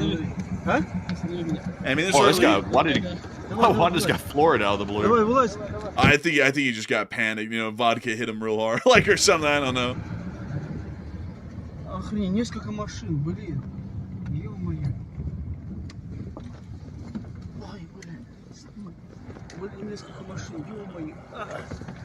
Pretty interesting to see. It does look like the Ukrainian long-range strikes are continuing day and night on Russian logistics at this point. So with that, we are on to the next one. And our next super chat here, while we keep scanning for breaking news, goes to AMX10 Speedy Bang Bang. And thank you very much, AMX10, for that $20 support. And they said Ukraine needs THAAD. I would say that generally that unfortunately would be a bit of a national security risk to give them a THAAD, due to the possibility that it could fall into the hands of the Russians if somehow it was captured or spied upon while in their territory. And generally, proprietary technologies like the F-22, the THAAD, and other more advanced systems generally have to remain within the United States. I'm all for supporting Ukraine, but I'm not also for possibly jeopardizing national security interests to try and support them. But a big thanks to you for supporting AMX10 Speedy Bang Bang and helping this channel to keep on running. And holy moly, what's that, Matthew? What's that? Holy moly. Trism 666 just threw in a $500 Damn! super chat to the channel, by the way. A massive thanks to Trism. That is insane, by the way. That is literally the most that YouTube will let someone put in a super chat, in a single super chat. So massive thanks, by the way. I can't even say how much grateful we are for that super chat. And Trism said, thank you for all you do and keep up the great work and get some snacks and drinks in case this becomes a long one in LSA. And a huge thanks to you for the support, Trism 666. That unbelievably massive support. And thank you so much for enjoying all that we do and supporting it so massively to help us to stay on air. That is unbelievable. That is quite truly, folks, the largest super chat that YouTube will allow for any single person to throw in. And I'm absolutely I'm gum-stopped right now about that. I thank you so much for enjoying the channel and supporting it that massively, and also really finding this thing to be worth something, so I suppose, worth some stock, I suppose. But we will make sure to get some snacks and some drinks. I was actually out today trying to find a TV console, to be entirely honest with you all, because I have no furniture. And so I had come home, and so snacks would be good. So when I eventually get a TV, I can have some popcorn, and I can watch movies on the television. Because also, by the way, folks, y'all wouldn't believe this probably, but the only thing I have in my house is a bed, this desk with my computer on it, and 2 couches. That's it. That's all the furniture I have. So I was out today trying to fix that discrepancy and try and find some furniture.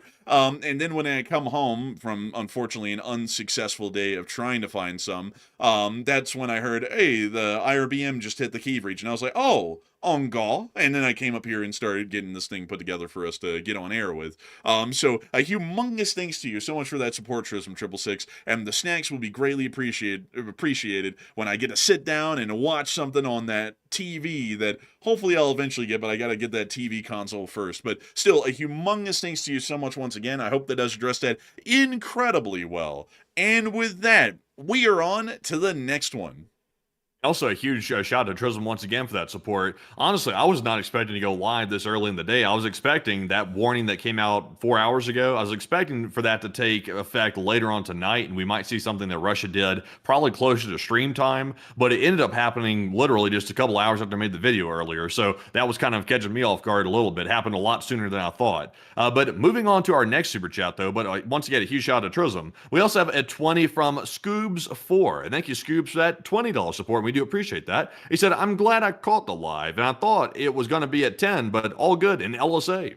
And it would have been at 10. Every day we run the show at 10 p.m. Eastern. Well, 10 p.m. Eastern time, by the way, folks, for everybody who may not know. So every single day, I don't know what it would be in time zone conversion for everyone else around the world, but 10 p.m. Eastern time is when we run these shows every single day on the clock. Every day, 6 days a week, except for Monday. However, though, whenever there's breaking news that comes out, like something like this, we actually get to it immediately while it's unfolding on air. So if the war ever restarted with Iran, we would be covering that immediately whenever that happened live. And things like this, we usually get on air early and cover live. So I hope that does address that the best I can. And a big thanks to you for support and helping this channel to keep it running. And long live the Lee Spring Army, and the Lee Spring Army will never die. And with that, we're on to the next one. And we also have a super chat from Gary Bott. And Gary Bott put in a 10. He did not leave a comment, it doesn't look like. I was just double checking that real quick. Let's see here. Also got the fire brigade pulling up outside my joint. Then what? Don't come for me. Don't come for me. I didn't do anything. It's the ambulance, the fire brigade, everything's pulling up. I don't know what the hell's going on. But also, by the way, a huge shout out to Gary Bott. He said Slava Ukraine. That was the comment he left behind. In Slava Ukraine, and huge thanks to you for support, Gary Bott, and helping this channel to keep on running. And with that, we're on to the next one. We also have a 10 from Arctic Lover, who put in a 10. And thank you very much, Arctic, for that support. They said, I just joined in, but do you have any updates on the IRBM that are new?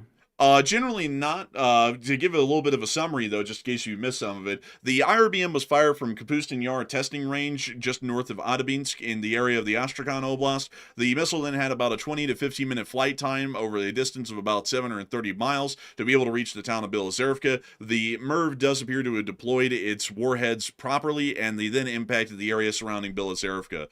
That's generally all the information that we have on the IRBM launch, and it appears to have been a singular missile with no follow follow-ups being launched since the first one that we covered on air once it had happened. And so I hope that is a fairly good update on what we have so far and what we know about this Oreshnik IRBM launch that was just conducted about 2 hours ago at this point. So big thanks to you for your support. I hope that has addressed that well. And with that, we're on the next one.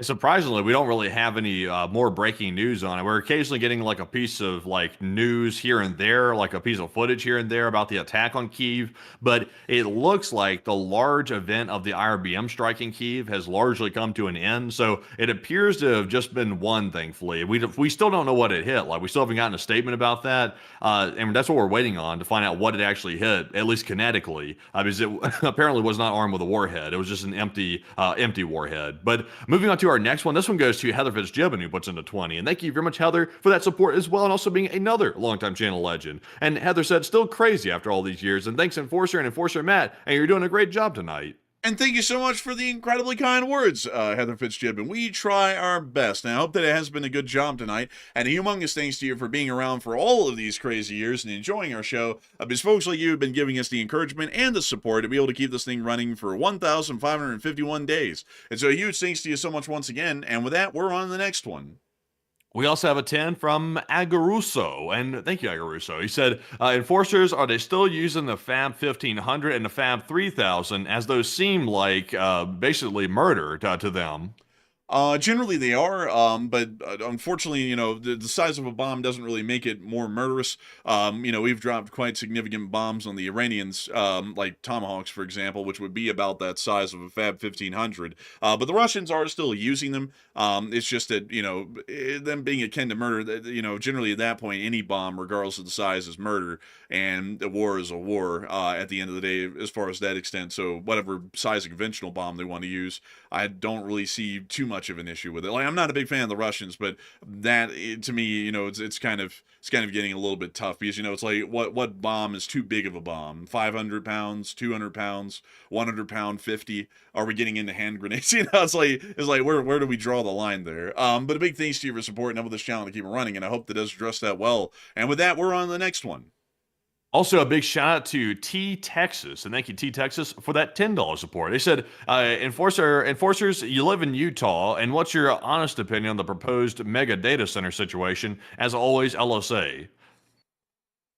I thought you were going to go ahead and answer that first. I would say that I'm not really a big fan of the data center that they're trying to construct in Box Elder County in Utah. It seems to be a significant waste of state resources, natural resources, and also I think that it's very questionable that they have not done a environmental impact study on this data center that's going to be built, because I feel like that would be a critical component considering that the state is currently dealing with a multi-year long drought at this moment, and there is a significant amount of water scarcity in the state. So I would generally say that I'm not a big fan of the idea of a data center being built in Utah, and to be entirely frank, I'm not really a big fan of data centers being built anywhere because they're depriving a great deal of American citizens of their jobs as AI is replacing them in their job categories, and in turn, it's replacing those jobs with nothing of real substance rather than the pockets of the shareholders that are building these sorts of data centers. So in my opinion, there's just not enough of a national good to come out of the construction of any data center, for that matter, that would make the construction of this one in Box Elder County a viable concept, or one anywhere in the nation to be a viable or worthy kind of a pursuit. So I hope that does address it the best I can, at least in my opinion. Matthew, what do you think about it? Me personally, I don't care for it. It's too large of a data center. 40,000 acres is too damn large, no matter what they're using for resources. And also, I'm sure it's going to use some. And also, they say that they're going to bring, I think they said they're going to bring the natural gas in, like, without using the state's energy supply. But it uses something like the entire power of the state. There wasn't, like, natural gas burning or something like that. So I can't remember the exact details, but it sounds horrible. That's my opinion on it.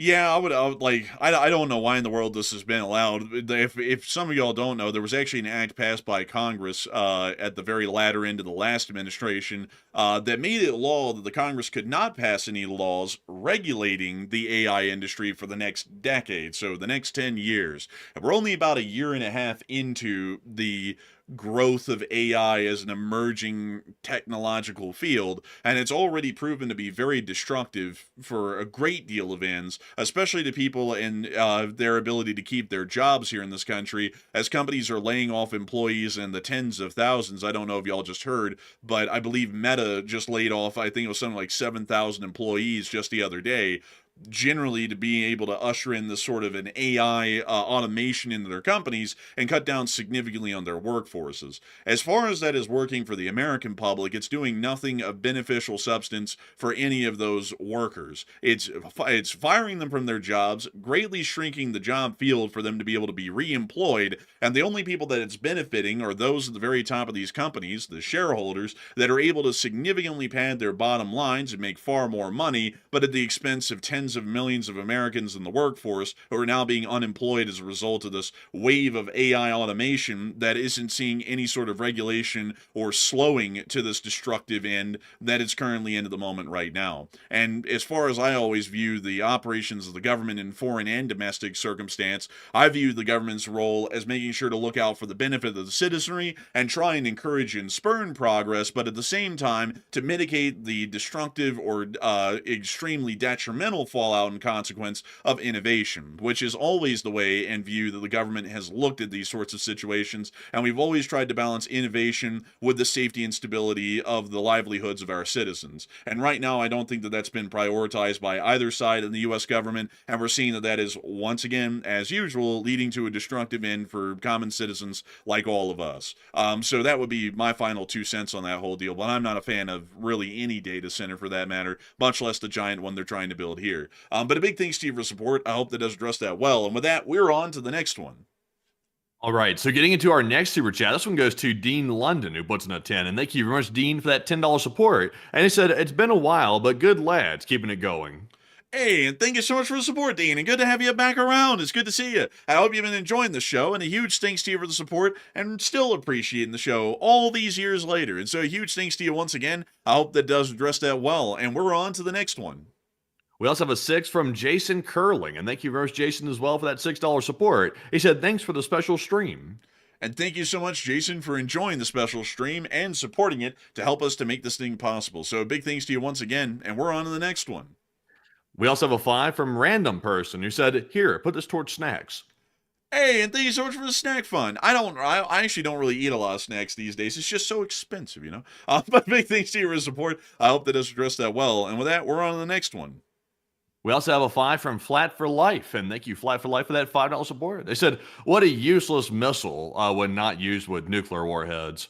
I think the point was it was just to make a statement. Like it was intended to terrorize the Ukrainians, and that's what the Russians were trying to achieve by it. So a very expensive statement to make for a country that's kind of broke. I guess you can call those Russians. You can say their pockets are Israelite because they don't got nothing in them. But unfortunately, what say you? Man, I gotta say, I don't know about y'all folks, but for the Russians to be talking all this smack, on the block with their switch, I saw them in the bread line the other day. It doesn't really look like they're doing that good. They're wearing those fine chains, but I haven't seen that equate to a fine meal, if you know what I mean. Like they're not eating at fine dining establishments. But outside of that, it is kind of a useless sort of a use. Like they're trying to send a message, but is the message going to be received by the recipient? No, not in the way that the Russians are intending, at least. If anything, the Ukrainians are going to be using this as a reason to hit the Russians even harder and to make the situation even worse for them. So I'd have to generally say, yeah, it was really kind of pointless in the big picture. But a huge thanks to you for the support, and we're on to the next one.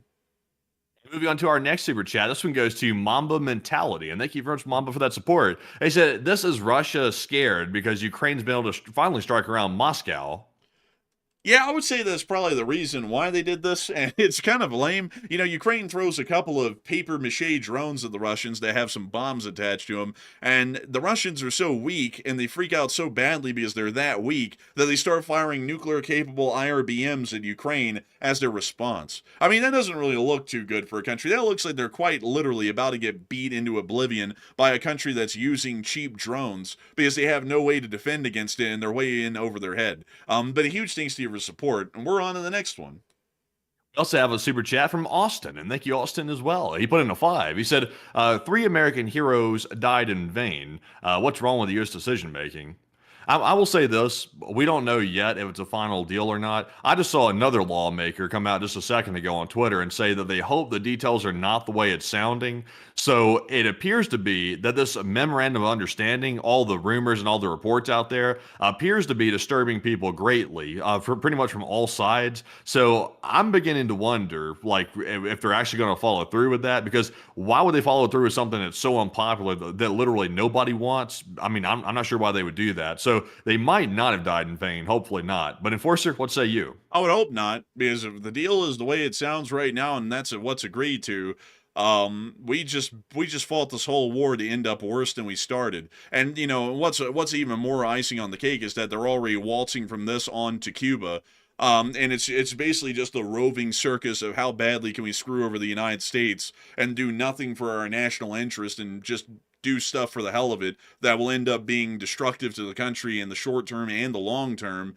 And it's just a never-ending carousel of that at this point. Very annoying to watch, very disheartening. And generally, as far as foreign policy is concerned, there's no way that this can ever be argued that we just ended up winning against Iran. If we did, the country wouldn't be called the Islamic Republic of Iran, and they still wouldn't be working on a nuclear weapon, and they wouldn't be working on ICBMs, and there wouldn't be any terrorist forces left in the Middle East that are funded by them, and they also wouldn't control the Strait of Hormuz. And considering that all of those have not been dealt with, and we haven't achieved anything in those regards, this is clearly, if it ends right now, a complete military defeat and a strategic defeat for the United States of America. And before anyone says, well, we blew up a lot of boats, you know that, like, let me remind you all something here.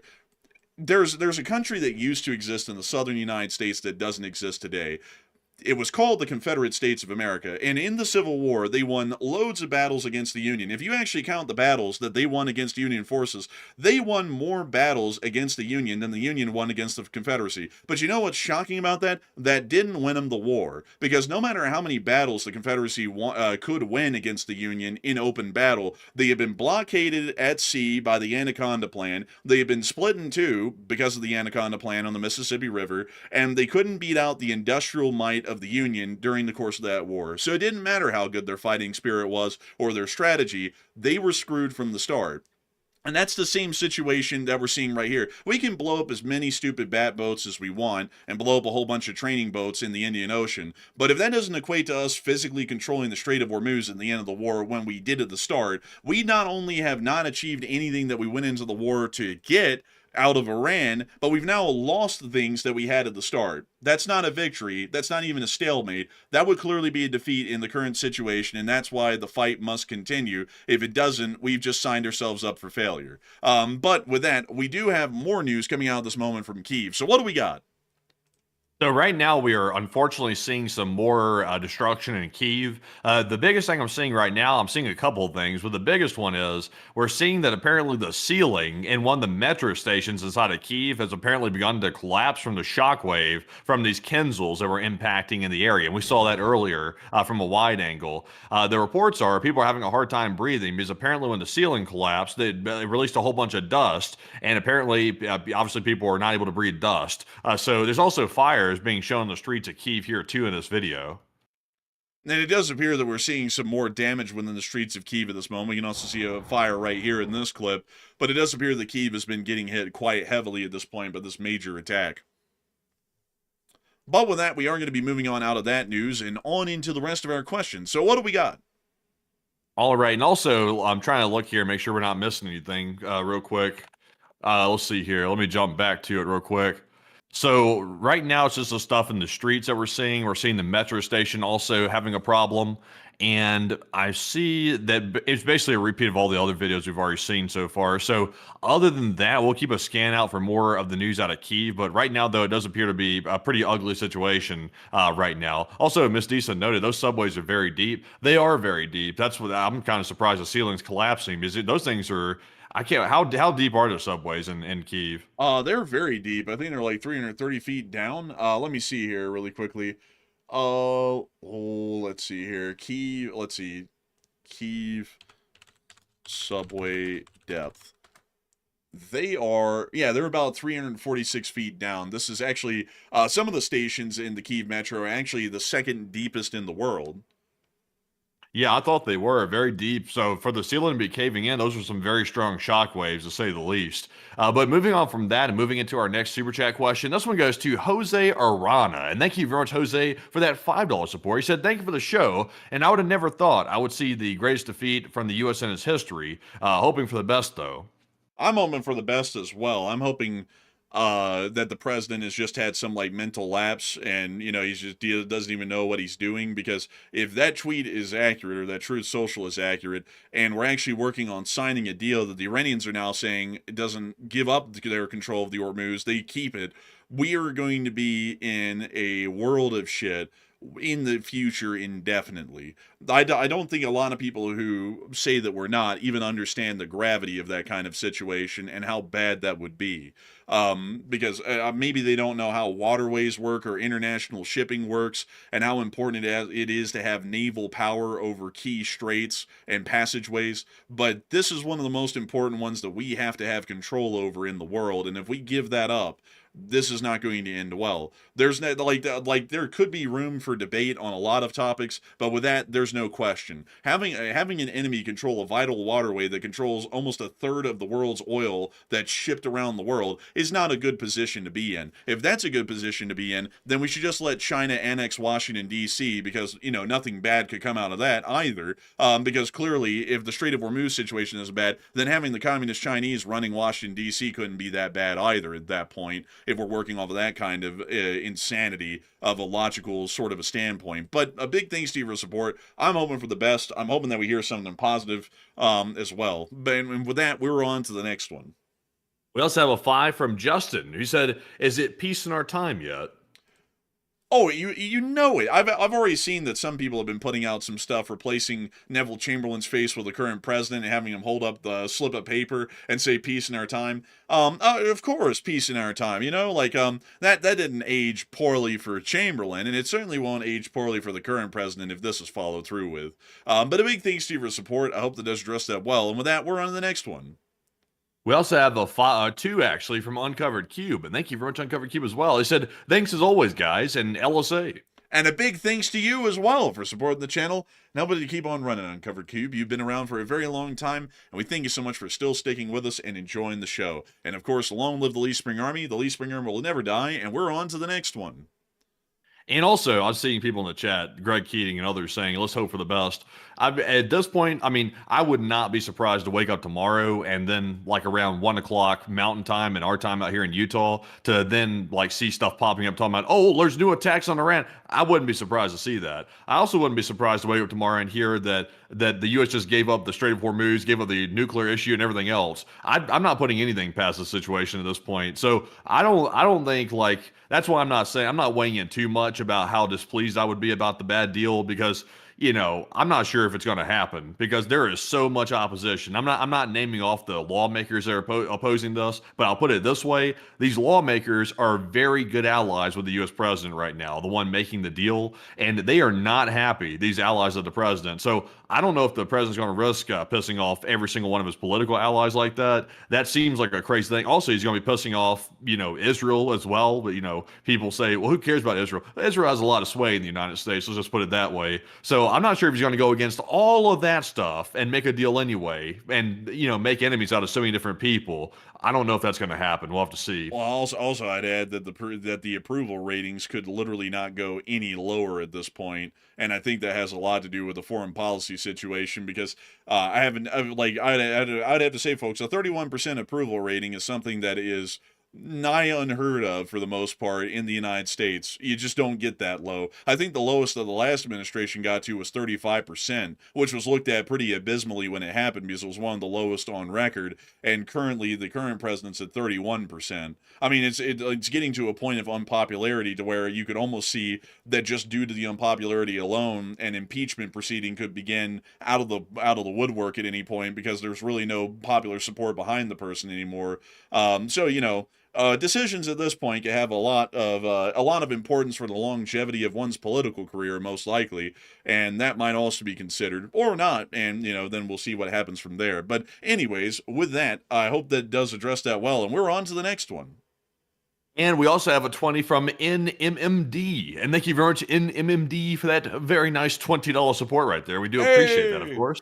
And they did not leave a comment. It was just straight up support. And we do appreciate that nonetheless. We appreciate that. It does help keep the channel running. And Enforcer, what say you? And a big thanks to your support. You didn't throw in a comment, but we're greatly appreciative of it. And so with that, we're on to the next one.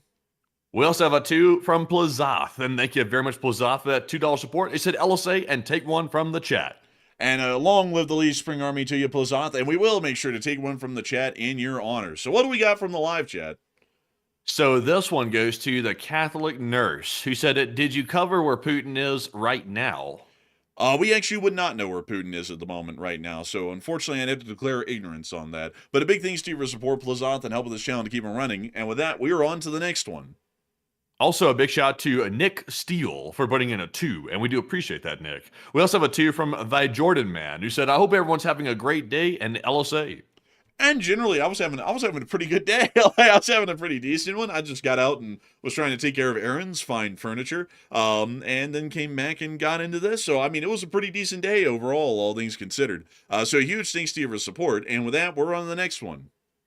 Honestly, it was a good day for me until I saw the Oreshnik flying at Kyiv, and I was like, oh, damn, like this is going to turn into a bad one. I'm just hoping and praying there's not massive casualties out of the situation. Right now, we only hear about 3 injuries, so hopefully it stays, minor like that. If it's 3 injuries or just injuries whatsoever and no death out of the situation, I'll consider that a blessing at that point. But our next one here goes to Peyton Toth, who puts in a 5, and they did not leave a comment, but thank you very much, Peyton, for throwing in that 5 and helping to keep the channel running. And Enforcer, what say you? And a huge thanks to you for support and helping this channel to keep running. You didn't throw in a comment, but you help us to keep the stream ad-free and sponsor-free and help us to be able to keep our lights on to keep covering this every day, and we're massively appreciative of that. And with that, we're on to the next one.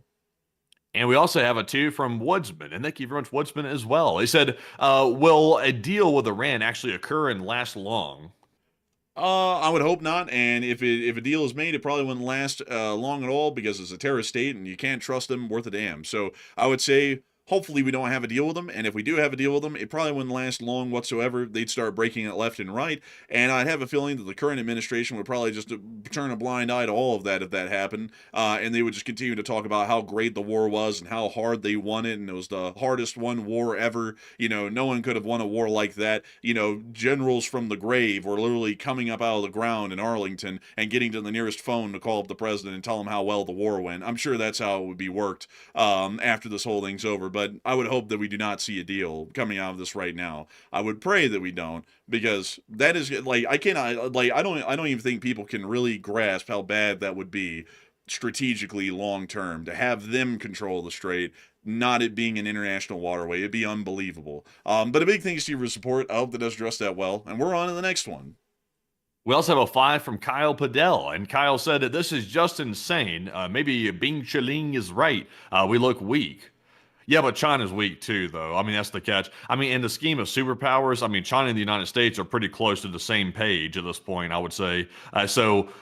We got to remember, in China, they keep their people for a long time. So if Xi Jinping goes and does crazy stuff, they're stuck with the guy. Like there's no changing out Xi Jinping. Like he's there. I think he's there for life. I think he passed a law where he can stay there permanently, if I'm not mistaken. So we have our leaders switch out every 4 years. So if there's bad decisions being made now, all we can do is hope and pray that they're not so bad that the next one that comes along can't undo the bad decision. But it's not a done deal yet. The decision might not be solid right now. It might still be flexible. It might not go the way people are thinking. So I'm still holding out hope. But Enforcer, what say you? I would say China is pretty weak. Like they're very weak.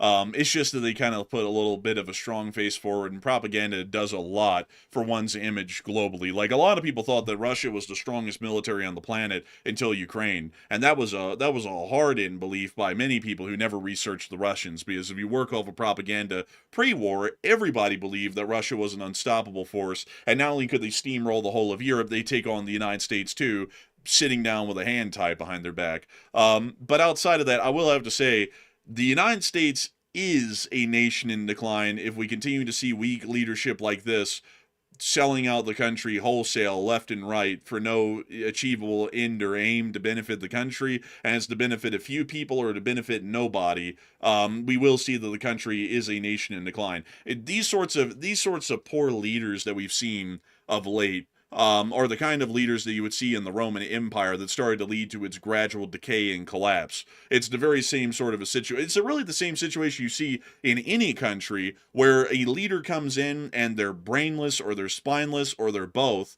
and they don't really know what the hell they're doing, and they start making bad decisions across the board that are destructive on the home front and destructive around the world as well. And that's usually when you start to see countries go into decline. I would, of course, by the way, I do have to say this: you can go through a bad batch of leaders, like in a democracy like ours, and then rebound from it totally fine. We've actually done this before a couple of times in U.S. history, where we've had a couple of bad presidents come through, and it's a bad batch, and then we have a couple of good ones come through, and they reverse the whole situation back into a good one. And that's just kind of the ebb and flow of democracy. And I would hope that we see those good times and good leaders coming around at some point in the future, because we're certainly going to need them after the past several years at this point of what we've been dealing with so far. But a big thanks to you for support. I hope that does address that well. And with that, we're on to the next one.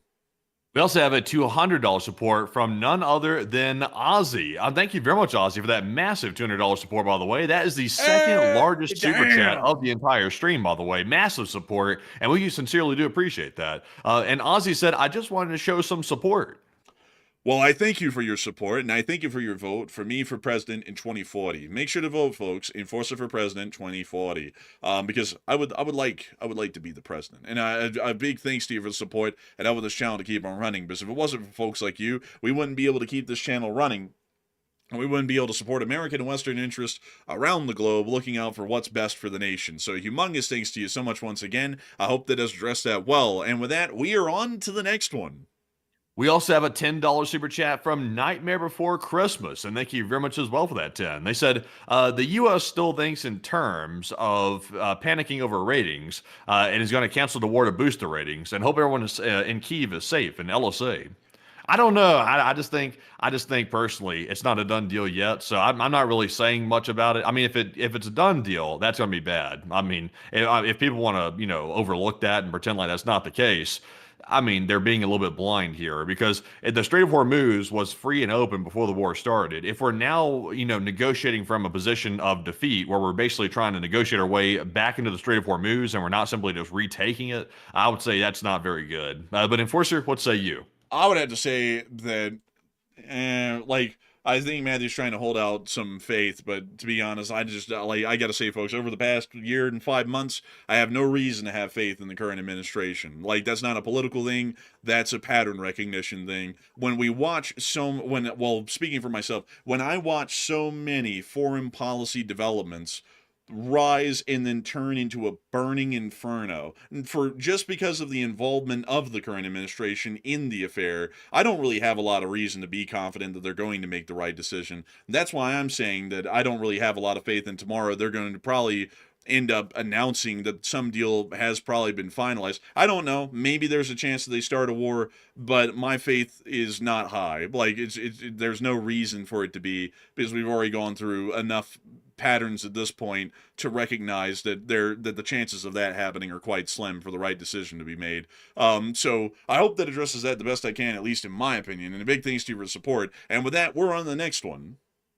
And also a big shout out to none other than Detroit Adam. And thank you very much, Detroit Adam, for that 20. And we do appreciate that. He said, shout out to the state Michigan for the funding for Selfridge ANGB.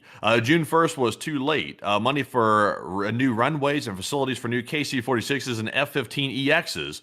Go 107th Wing and Red Devils. Enforcer for President and LSA. Hey, that's really cool to hear. Actually, that's really neat. And I hope that the Air Base will have a long and successful future for the Air National Guard of the state of Michigan. And so, a humongous thanks to you for the support and helping this channel to keep it running. And I hope that it's addressed that incredibly well, the best I can, as a matter of fact. And a huge thanks to you once again for being one of our viewers from Michigan. And so, with that, we are on to the next one.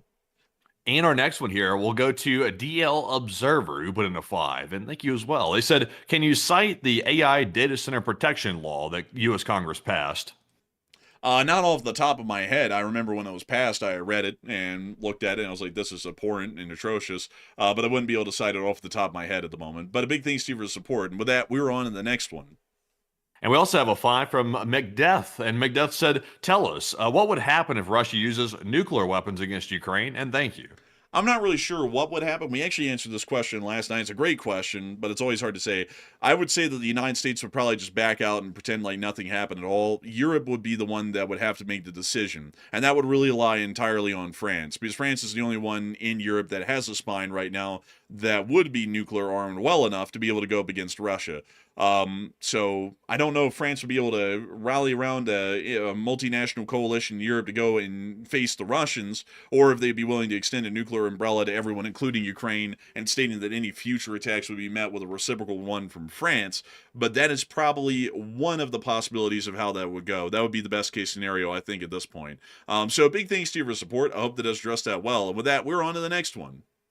We also have a 10 from Peyton Toth, and thank you, Peyton, for, I believe, the second support of the day. And they said, I was so excited for the new administration. Now I regret it and have lost faith.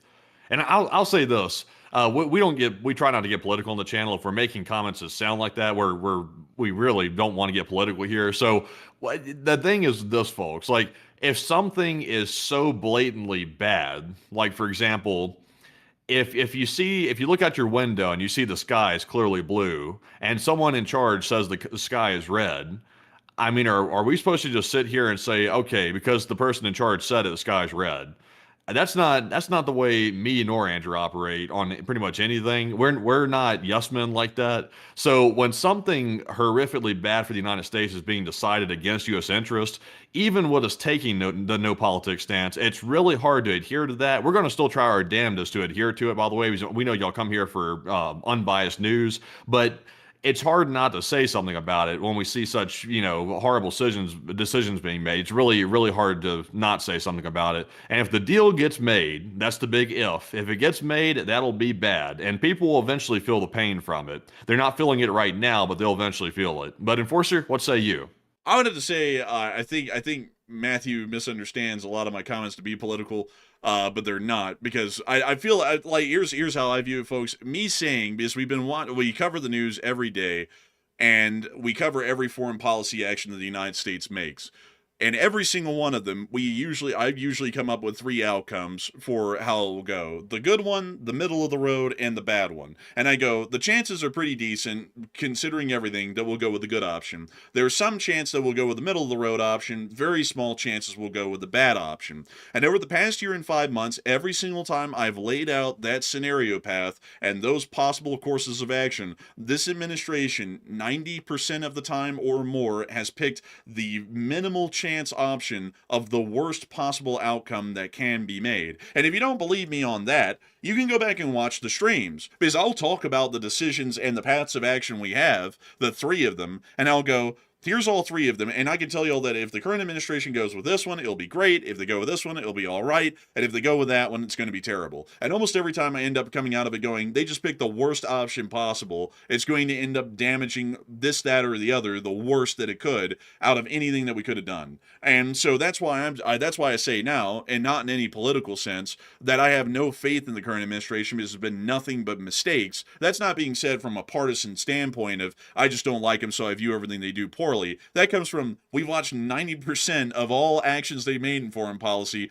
over the past year and 5 months go poorly. So I have no reason at this point, because of pattern recognition, to even give the shadow of a doubt that there's going to be anything positive coming out of this. If it does, it'll be the 10% fluke chance at this point, and even then it might be middle of the road. But that's generally how I view it, because watching something get done in every single situation in foreign policy that is going to end up being damaging to the United States in a small way or a large way, in the short term or the long term, is very frustrating to watch when you're actually a concerned citizen that's looking out for the interest of the American public and not the interest and well-being and the public perception of a political party or a political entity like a person. And it's very annoying to watch that happen in the last administration, which was very difficult to have to kind of like walk on the knife's edge of. And it's even more aggravating now because active actions are being made that are not in the U.S.'s interest in long-term foreign policy planning.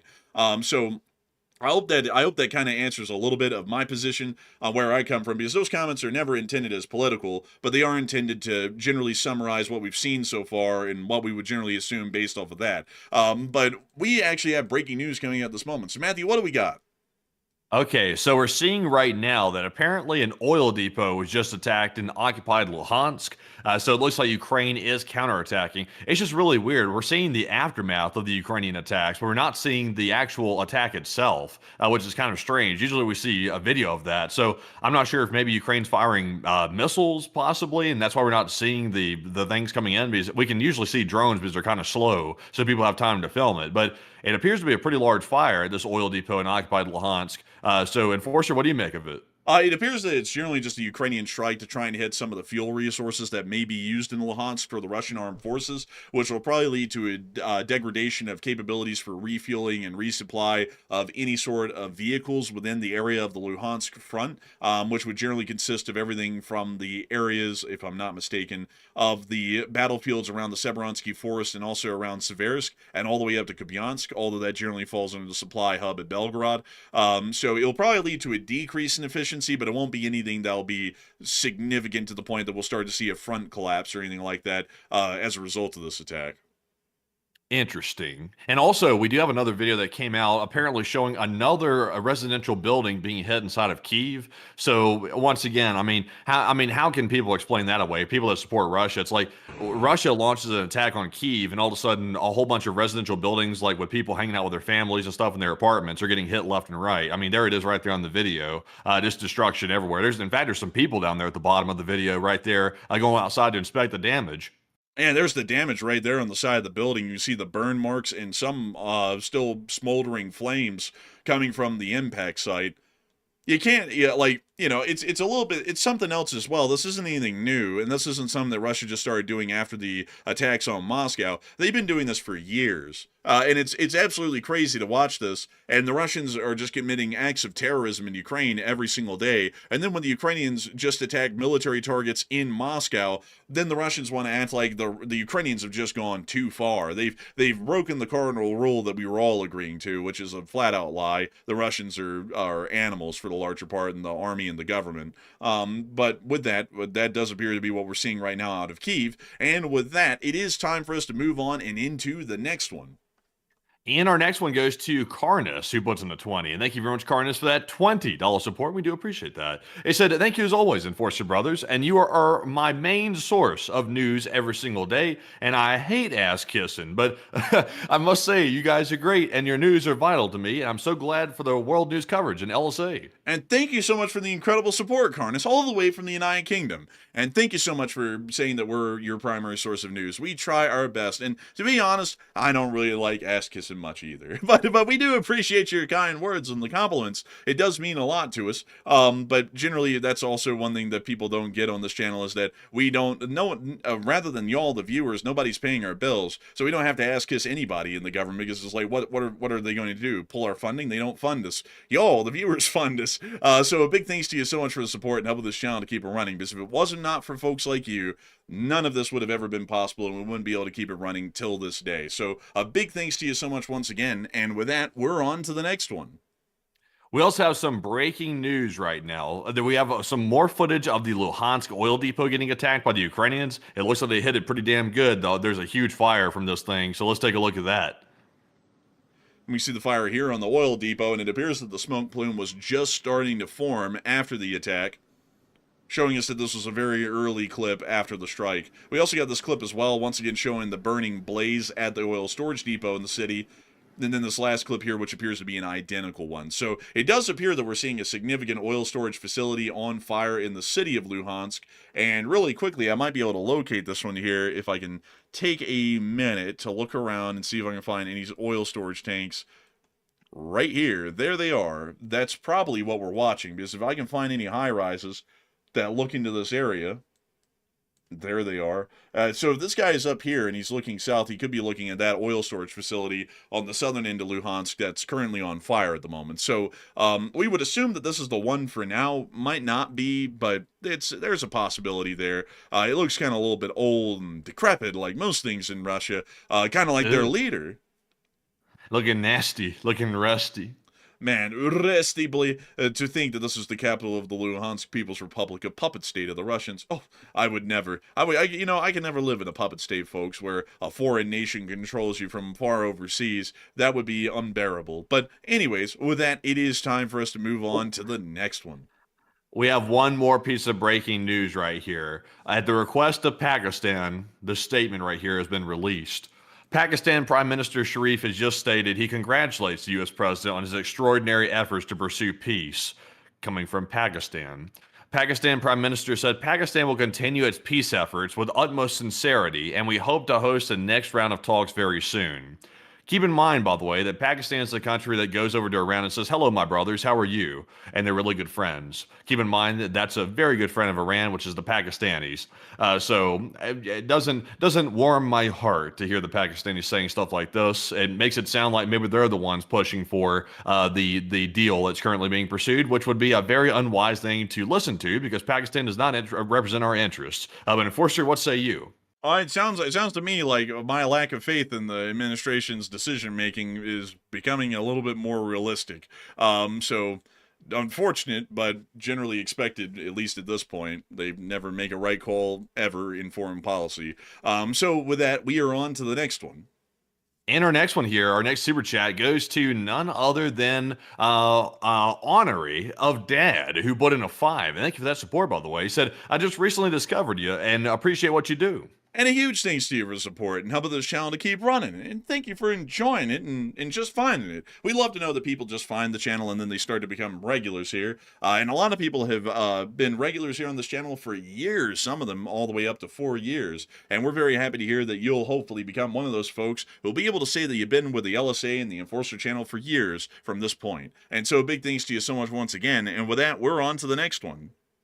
And our next one goes to none other than Gary Schreiber. And thank you very much, Gary, for the 2. And Gary said there were shots fired at the White House. And there were, by the way. The suspect is now dead.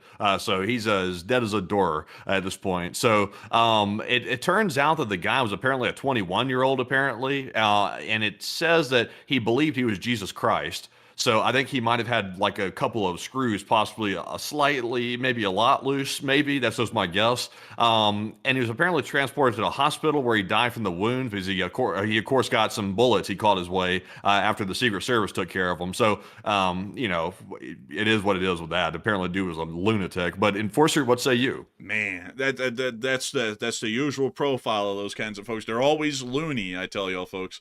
Loony people who do that kind of stuff. There were so many. Like I think it's just coming back around to be in vogue, but there's been so many nutty people who do crazy stuff around the White House for decades now. Let me go pull this up. Let's see here. List of White House. Also, I just gotta point this out, by the way. Does anybody not see a problem with the fact that dude was calling himself Jesus Christ and he was going around trying to shoot people? It's like, I don't think Jesus Christ was shooting people. It's like I don't think that it was the thing happening. It sounded like someone with a very bad mental issue, you know. A lot of people like that wandering around. But also, here, just to show y'all here's a list of White House security breaches and attacks. But getting past all of these, because, hold up. But Okay, that's probably one of the most like mild ones ever. Some guy snuck past security and entered the White House, and the lights were out, and Franklin D. Roosevelt was watching a movie, and then after the movie ended, this guy came up and asked for an autograph before being escorted from the premises. That's probably like one of the most casual like breaches I've ever heard of, like one of the ones that didn't end crazily. But here's the list of all the ones that were on that happened on the grounds. And you know, of course, also by the way, the grounds were usually open to the public until the 1920s. Some people don't know this, but at a time, you could actually request an audience with the president, and on that day, go into the office, wherever that was in the White House at that time, and talk to him, or wherever he was receiving guests in a room of the White House. A lot of people don't know that, but that sort of a tradition ended during the 1920s, and since then, access to the president is basically unheard of for the public, although it used to be incredibly common through most of our history. But you can see here, there was a humongous number of people who either were attacking the White House with firearms, or they were storming the White House, or jumping the fence. A lot of them happened recently. Like you can see here, there was a whole rash of them that happened over the course of 2014. Actually, 4 of them in that 1 year. And then another one that happened in 2015, and then a rash of them that happened in 2017. So you can kind of see, like I was saying earlier, it does come in kind of waves. Like you'll just start hearing over the course of like a given year, loads of attempts of people trying to shoot at the White House or climb the gate or run into it. All kinds of stuff like that. In some years, it's just quieter than others. I think this year is probably going to be one of the crazier years that we've seen, and we'll probably hear of a lot more of these before the year is over, because that's just how it happens for some reason. But anyways, I gotta say, for that guy to be Jesus, it didn't sound like he was walking on water. It sounded like he was slinging lead. I didn't hear of that in the Bible. Yeah, I never heard about that either. He sounds like sounds like a damn idiot. But also, let's see here. I'm seeing, so I saw a comment I was about to address, but it slipped my mind there after I said that there, to calling the guy an idiot. Let's see. Sadly, I can't remember what the comment was going to be, but I saw people just saying the guy was a lunatic. Really, it's just a lot of mental problems running rampant these days. Like, people are like losing their minds these days. They're getting into getting into politics like it's their cult now and stuff like that. It's like everything turns into it's a complete tribalism. So, it's like people got to chill the hell out and realize that staying on the internet, staying on social media, constantly getting in like cult-like groups, that's probably not good for your mind. And I think that's starting to catch up with people. Looks like a lot of loonies are running around doing crazy stuff all over the place. Yeah, pretty wild people. I mean, like crazy, honestly, just think about that, folks. Just think about that. Sometimes, folks, we don't have this happen a lot. Clearly, we've never had anything like this happen before. But every once in a while, we run into like crazy people like this. They never follow through for the most part in like trying to show up. But they'll send us like emails and stuff threatening to kill us and get into all of this detail and say absolutely insano stuff. If you ever, folks, ever end up getting the attention of a large number of people, it is guaranteed you're going to run into at least one of those types of people, and it's really a shame. I wish there was a place to keep them for their own safety and for the safety of the public. We should start working on something like that. You know what, folks, like a place for these people to be helped, and also make sure that they're not, putting the public in danger every day. But with that, I hope that does address that the best I can. And with that, we're on to the next one. We also have a 2 from Gary, actually a big shout out to Gary once again. I forgot to put a red check mark on it. But we also have a 2 from Machado, who left a $2 support, and also Catherine, who left a 1. And thank you very much to Machado and Catherine, and we do appreciate that. And Enforcer, what say you? And a big thanks to you for the support and helping this channel to keep it running, because if it wasn't for the both of y'all, we wouldn't be able to make this channel possible and keep it rolling. And so with that, we're on to the next one. We also have a 5 from Rebel Slayer, and thank you, Rebel, for that 5. He said, "Good morning from Denmark, and should we annex American Gulf bases because America cannot control the strait?" Well, I mean, I suppose I wouldn't recommend it. Like, it's the Wild West out there these days, though. Might makes right, apparently, which is, I thought we abandoned that idea 100 years ago or more, but that's kind of what everyone's working off of these days. So, if Denmark has the might makes right. Or better yet, Denmark could put themselves in a great position of leverage, by just blockading the Baltic Sea. And just figuring out where that goes, I guess, I don't know. But, it's a possibility. So a big thanks to your support. I hope that does address that well. And we're on to the next one.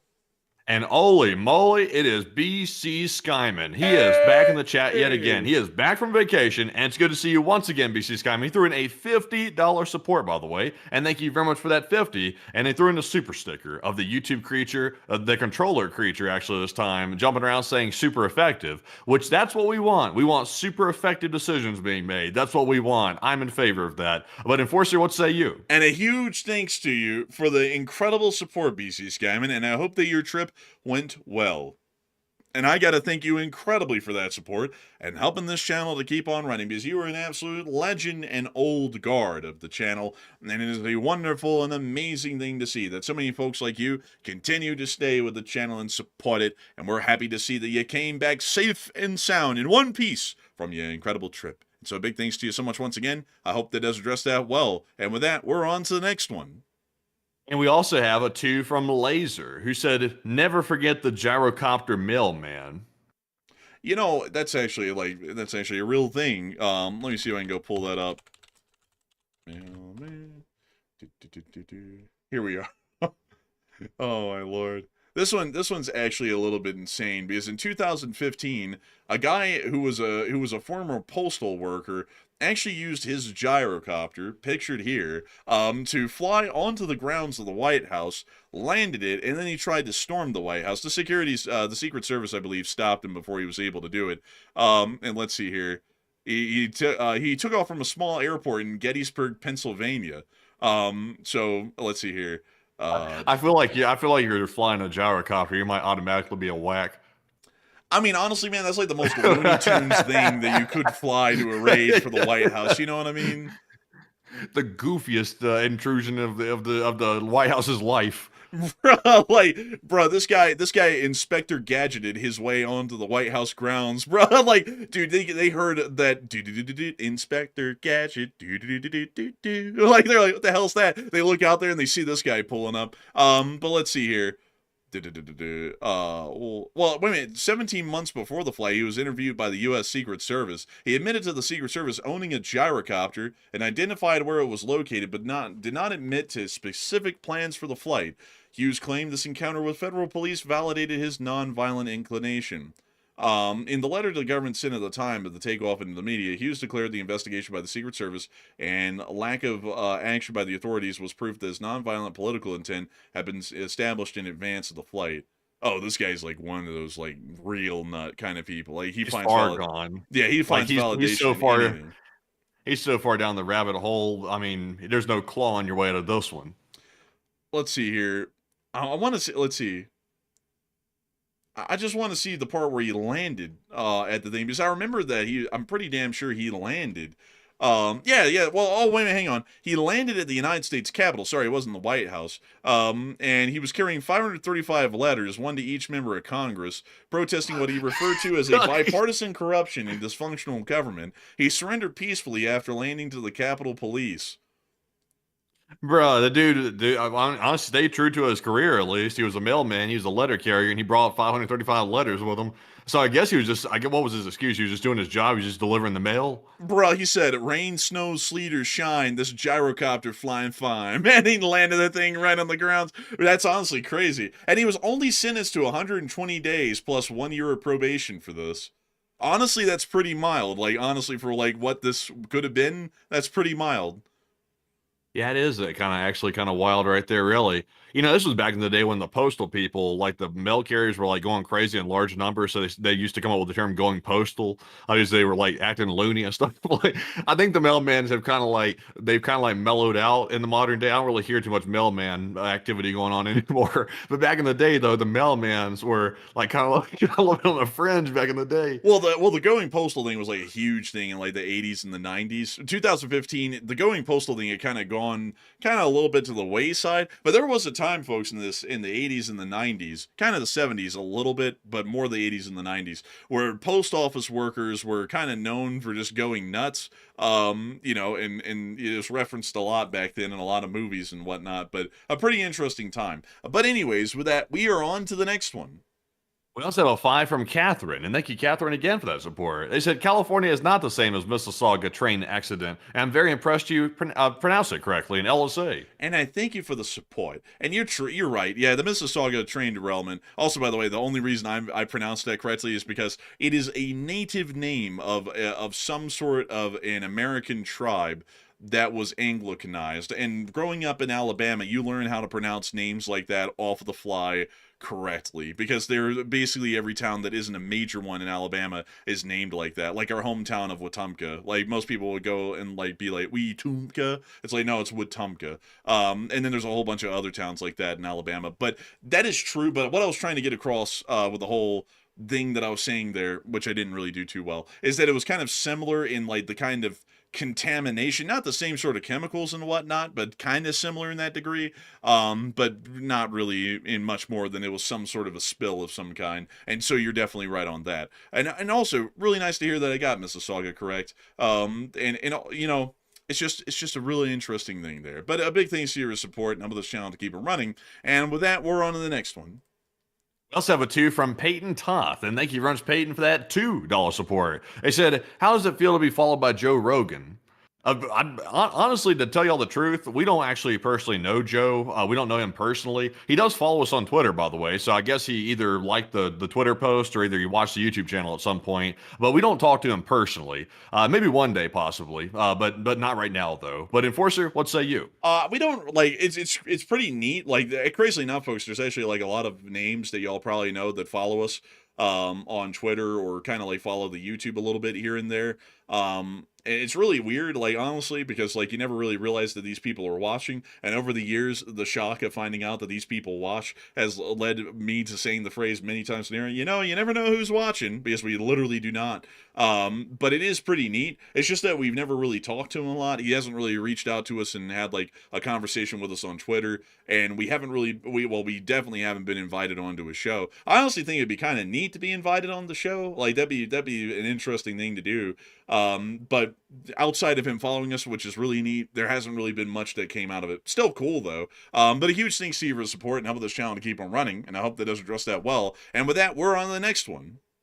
We also have a $20 support that just came in from David Ferriella. And thank you very much, David, for that support right there. David Ferriello, actually, excuse me. And thank you, David. He said, how can the U.S. allow them to control international waterways legally?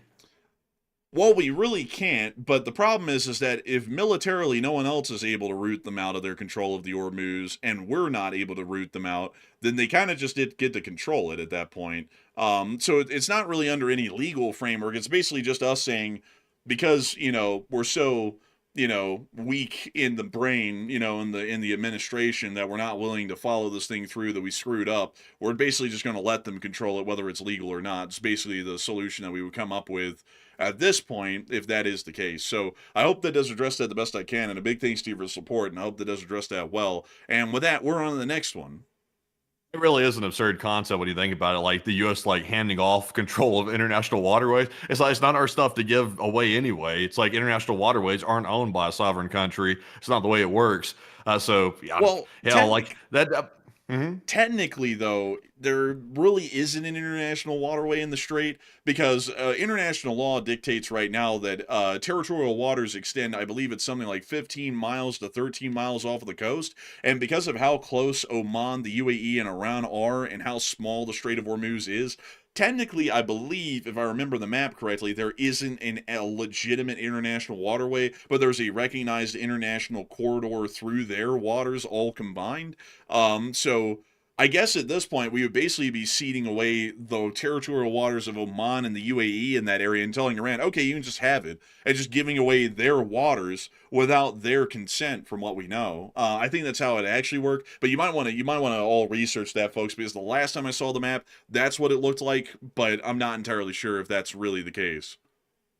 Yeah, I don't know. Like, it just seems like a weird thing. Really, honestly, the part I just can't get over, like going more basic than that, I just can't get over the fact that before the war started, the Strait of Hormuz was free and open, and now after the war started, we've taken big losses. Now all of a sudden it's closed, and now we're possibly negotiating away the Strait of Hormuz. That is just, I mean, that makes you just want to like start, you know, being put in a locked up padded room at that point, in a straitjacket. Like that makes me like legit like baffled. Well, what's going to be so like what really just adds salt to the wound to that on my end is that knowing that and knowing that this is losing us something that we had at the start, like not the U.S. but everybody in the world had the start, which was free access to Hormuz, and now we're not going to have that. What's going to be so stupid, folks, is how patronizing the administration is going to be about that if anyone asks about it. Well, you say that we won the war, but we didn't really do any of our goals in Iran, and also we lost Hormuz. How stupid you are! You're such a fool! What a dumb idiot! And it's like a legitimate question because at this point we've lost more than we even had going into the war, so clearly we lost, and they're going to get extremely patronizing about that and just basically try and lie their way out of a defeat, which is not possible. If you go up in a boxing ring, folks, like that one guy, Andrew Tate, and you get your ass beat, you can't go out of it and say losing's the new winning. No, you just lost. That just is what it is. There's really no way you can turn that thing around into looking good, and that's kind of what is going to be happening here in the near future with this. And that's what's just going to drive me nuts, is how they're going to just try and lie their way out of this whole defeat and make it sound like a success when it never was. That is what it is, I suppose. But anyways, with that, we're on the next one. And our next one right here is going to go to the Becca Fly. And thank you very much to Becca Fly for that $10 support. And that they said that guy who landed the gyrocopter did it in protest of Citizens United versus FEC, that decision, allowing corporations to donate to political elections via PACs. And thank you for the afternoon stream. And I thank you for the support. And that is actually quite interesting because we actually brought that case up on air a couple of days ago. I did, at least, and talked about how that it set a bad precedent for political funding in the country and how that wasn't one of the Supreme Court's best rulings. But a huge thanks to you for the support and sharing that with us. And with that, we're on the next one. We've also got a 10 from Brandon Knows Best, and thank you, Brandon, for that 10. He said, "Thank you for what you guys do. Keep it up," from South Dakota. Hey, and a big shout out to South Dakota, one of those states out there. I was about to say countries. It's not a country; it's a state. But one of those states out there in the United States that's known for its incredible agriculture and the Badlands National Park, which is actually pretty cool looking, which you can see right here. And they also have the Black Hills National Forest, which looks like this. It's actually pretty alien looking, honestly, with the rock formations. Some of y'all might also know this place from Mount Rushmore, which is in the midst of the Black Hills National Forest. But a huge thanks to you for the support and helping this channel to keep it running, and I hope that does address that well. And with that, we're on to the next one.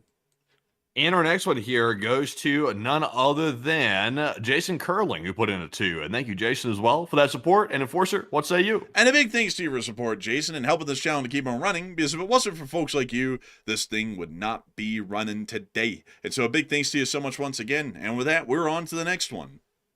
And with that, folks, that is actually our last super chat to address. But we have one more that just came in, though. I lied. This one goes to Flyers. He puts in a 2 and said, "Slava Ukraine." And Slava Ukraine, Ram Slava. And a huge thanks to your support, Flyers, Flyer, and stay and fly. And so a big thanks to you once again. And with that, we're on to the next one. And it's now time to get our live chat questions. We got a lot of really good live chats tonight. And also, by the way, just so everybody knows, I am still scanning for breaking news. If anything does happen on the side, we will bring that up here on the stream. But in the meantime, though, let's grab our Morse code decoders.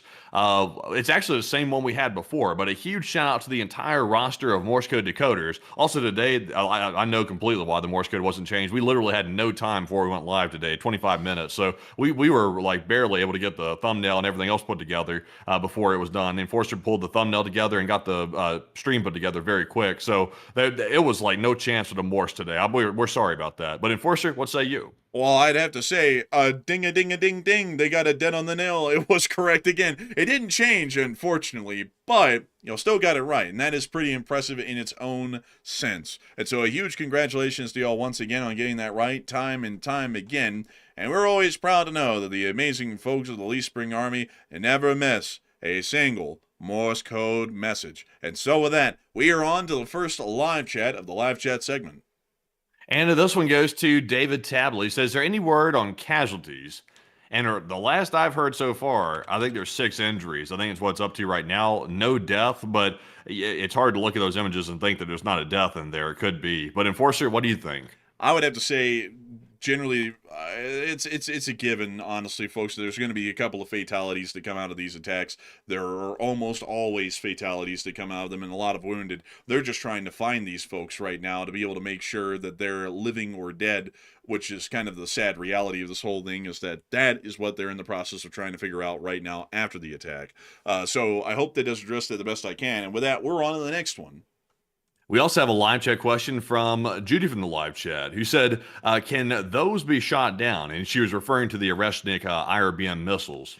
Generally not. That's kind of the unfortunate fact about IRBMs, is that they are traveling at a very high rate of speed, and while some of the footage may have not portrayed that too well because they're watching the impacts from Kyiv 50 miles away, generally they are moving at a high rate of speed, and unfortunately due to that fact, they aren't easy, next to impossible really, to be shot down at that point. So I hope that does address that well, and with that, we're on to the next one. We also have a question here from Littlefoot, who said, does Ukraine have anything of this nature to retaliate with on Russia? Unfortunately, no. They do not have any IRBMs to speak of to be able to try and retaliate in this form. They generally have more conventional drone-based measures and FP5 flamingos, which probably would be their largest ability to be able to respond in a similar nature. So I hope that does address that the best I can. And with that, we're on to the next one. We also have a live chat question from Mad Max. He said, could the Russians be using the strike as softening for the ground force from Belarus to try to make through by any chance? Not really. The Oreshnik IRBM strike is going to be conducting minimal damage, and also strikes on Kyiv aren't really affecting the frontline situation and the defensive capabilities of the armed forces of Ukraine that would be waiting for any sort of a Belarusian invasion. And also, from what the Ukrainians are even anticipating, that's going to be pretty far out at the earliest autumn, so most likely not the case. So I hope that does address that the best that I can. And with that, we are on to the next one. We also have a question from David Tablet, who said, are the Russians the first to use an IRBM in combat anywhere in the world? Yes, actually, they're the first ones to use a nuclear-capable intermediate-range ballistic missile in combat in the world at all in history. It's actually never been done before until it was done in 2024. So that would actually be correct. And so with that, we are on to the next one. Our next one goes to Bob, who said, how much do you think the IRGC plot to target, allegedly, one of the president's kids has to do with this negotiations with Iran if such a deal is done? Well, I would actually have to say I'm a little bit unsure on that, because I haven't really watched the information on that a whole load. Like, generally when I was going through the news yesterday, it kind of came, like, the headlines were coming off as, like, family stuff. I was like, I didn't really pay a lot of attention to it. So, Matthew, what would you think? If it's believed that maybe that was like some type of strategy by Iran to try to get the president to make a deal, I don't think that had anything to do with it, because just for context, by the way, there's been a lot of threats from Iran toward the president and his president's family. Like, there's been nonstop threats from Iran toward those folks right there. So it's nothing new. And there's probably who knows how many we haven't heard about in the public. There's probably more than we know about right now. So I don't think that had anything to do with it personally. And also, we're not even sure if the deal is actually done yet or not. It might not be, or it could be. That's up for debate. And so I hope we both addressed that fairly well. And with that, we are on to the next one. And our next one goes to I'm D. Stevenson, who said, could it be because the Russians are running out of stuff to throw at Ukraine, or is it simply a scare tactic that it could be armed? It's really more of a scare tactic than anything, because the damage that's going to be caused by this attack is non-existent. It was literally just kinetic damage, meaning, it's basically like taking a little hunk of steel like a cannonball and just flinging it at Mach 20 at something, and whatever damage that causes is it. There's no explosive involved in these impacts. So generally it's more so for the image and the kind of message that it's trying to send by doing this, more so than anything else. So I hope that does address it the best I can. We are on to the third to last question of the night.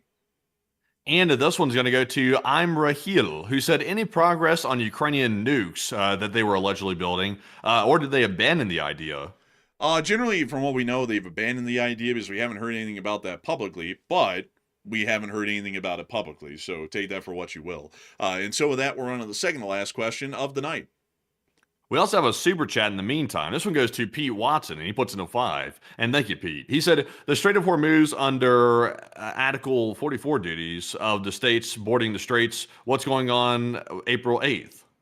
And thank you for the support, Pete Watson. I think you're referencing a YouTube channel there, and we'll have to take a look at that. But a huge thanks to you for the support and helping this channel to keep on running. And with that, we are on to the second to last question of the night. I'm sorry. And it does. Actually, well, no. Actually, we are on to the second to last question. I lost count there for a second. I was like, wait a minute, were we on the third or the second? We were on the second. So we're on to the second to last question of the night. And this one goes to Scott Morris, who said, Matt, that seemed like way too many MIRVs for one missile. It looked like 6 separate missiles. That's actually the way it looks like with a MIRV, to my understanding. I'm basing that off of the last time we saw Russia fire a MIRV-capable missile, the last time, which was also in Oreshnik. It looks like that, but it's not multiple missiles. It's simply multiple reentry vehicles. So I could see why you'd think that, but I think it's just simply one missile. But Enforcer, what say you? That's what I understand as well. We can only confirm that one was fired from Chasiv Yar, and so that's generally how we would assume that the multiple independent reentry vehicles look when they're at their terminal phase. So I hope that is addressed it the best we can. And with that, we are on to the final question of the night. And so, who is the lucky last person to throw in the lucky last question of the night?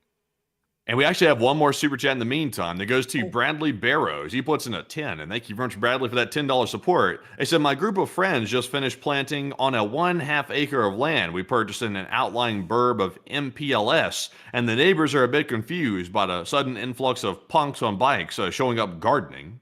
That's actually pretty cool. I've heard that gardening is a pretty fun thing to do. Sadly, I just don't really have an ability to garden because I don't have anywhere nearby to do that. And also Salt Lake City isn't really an amicable place for gardening. It's a very arid environment, droughty. That doesn't stop them from growing alfalfa out the wazoo in the middle of the desert in places like Arizona and here. But still, it's just not conducive for that. But that is really cool, though. I hope you've been having fun with that. And a big thanks to you for the support and sharing that with us. And so a huge thanks to you so much once again. I hope that does address that well. And with that, we are on this time to the final question of the night. And so, who is like the last person that threw in the lucky last question of the night? And that viewer is Flint. And he said, do you think this might have been possibly just an expensive warning to Ukraine? Yes, that's exactly what it was.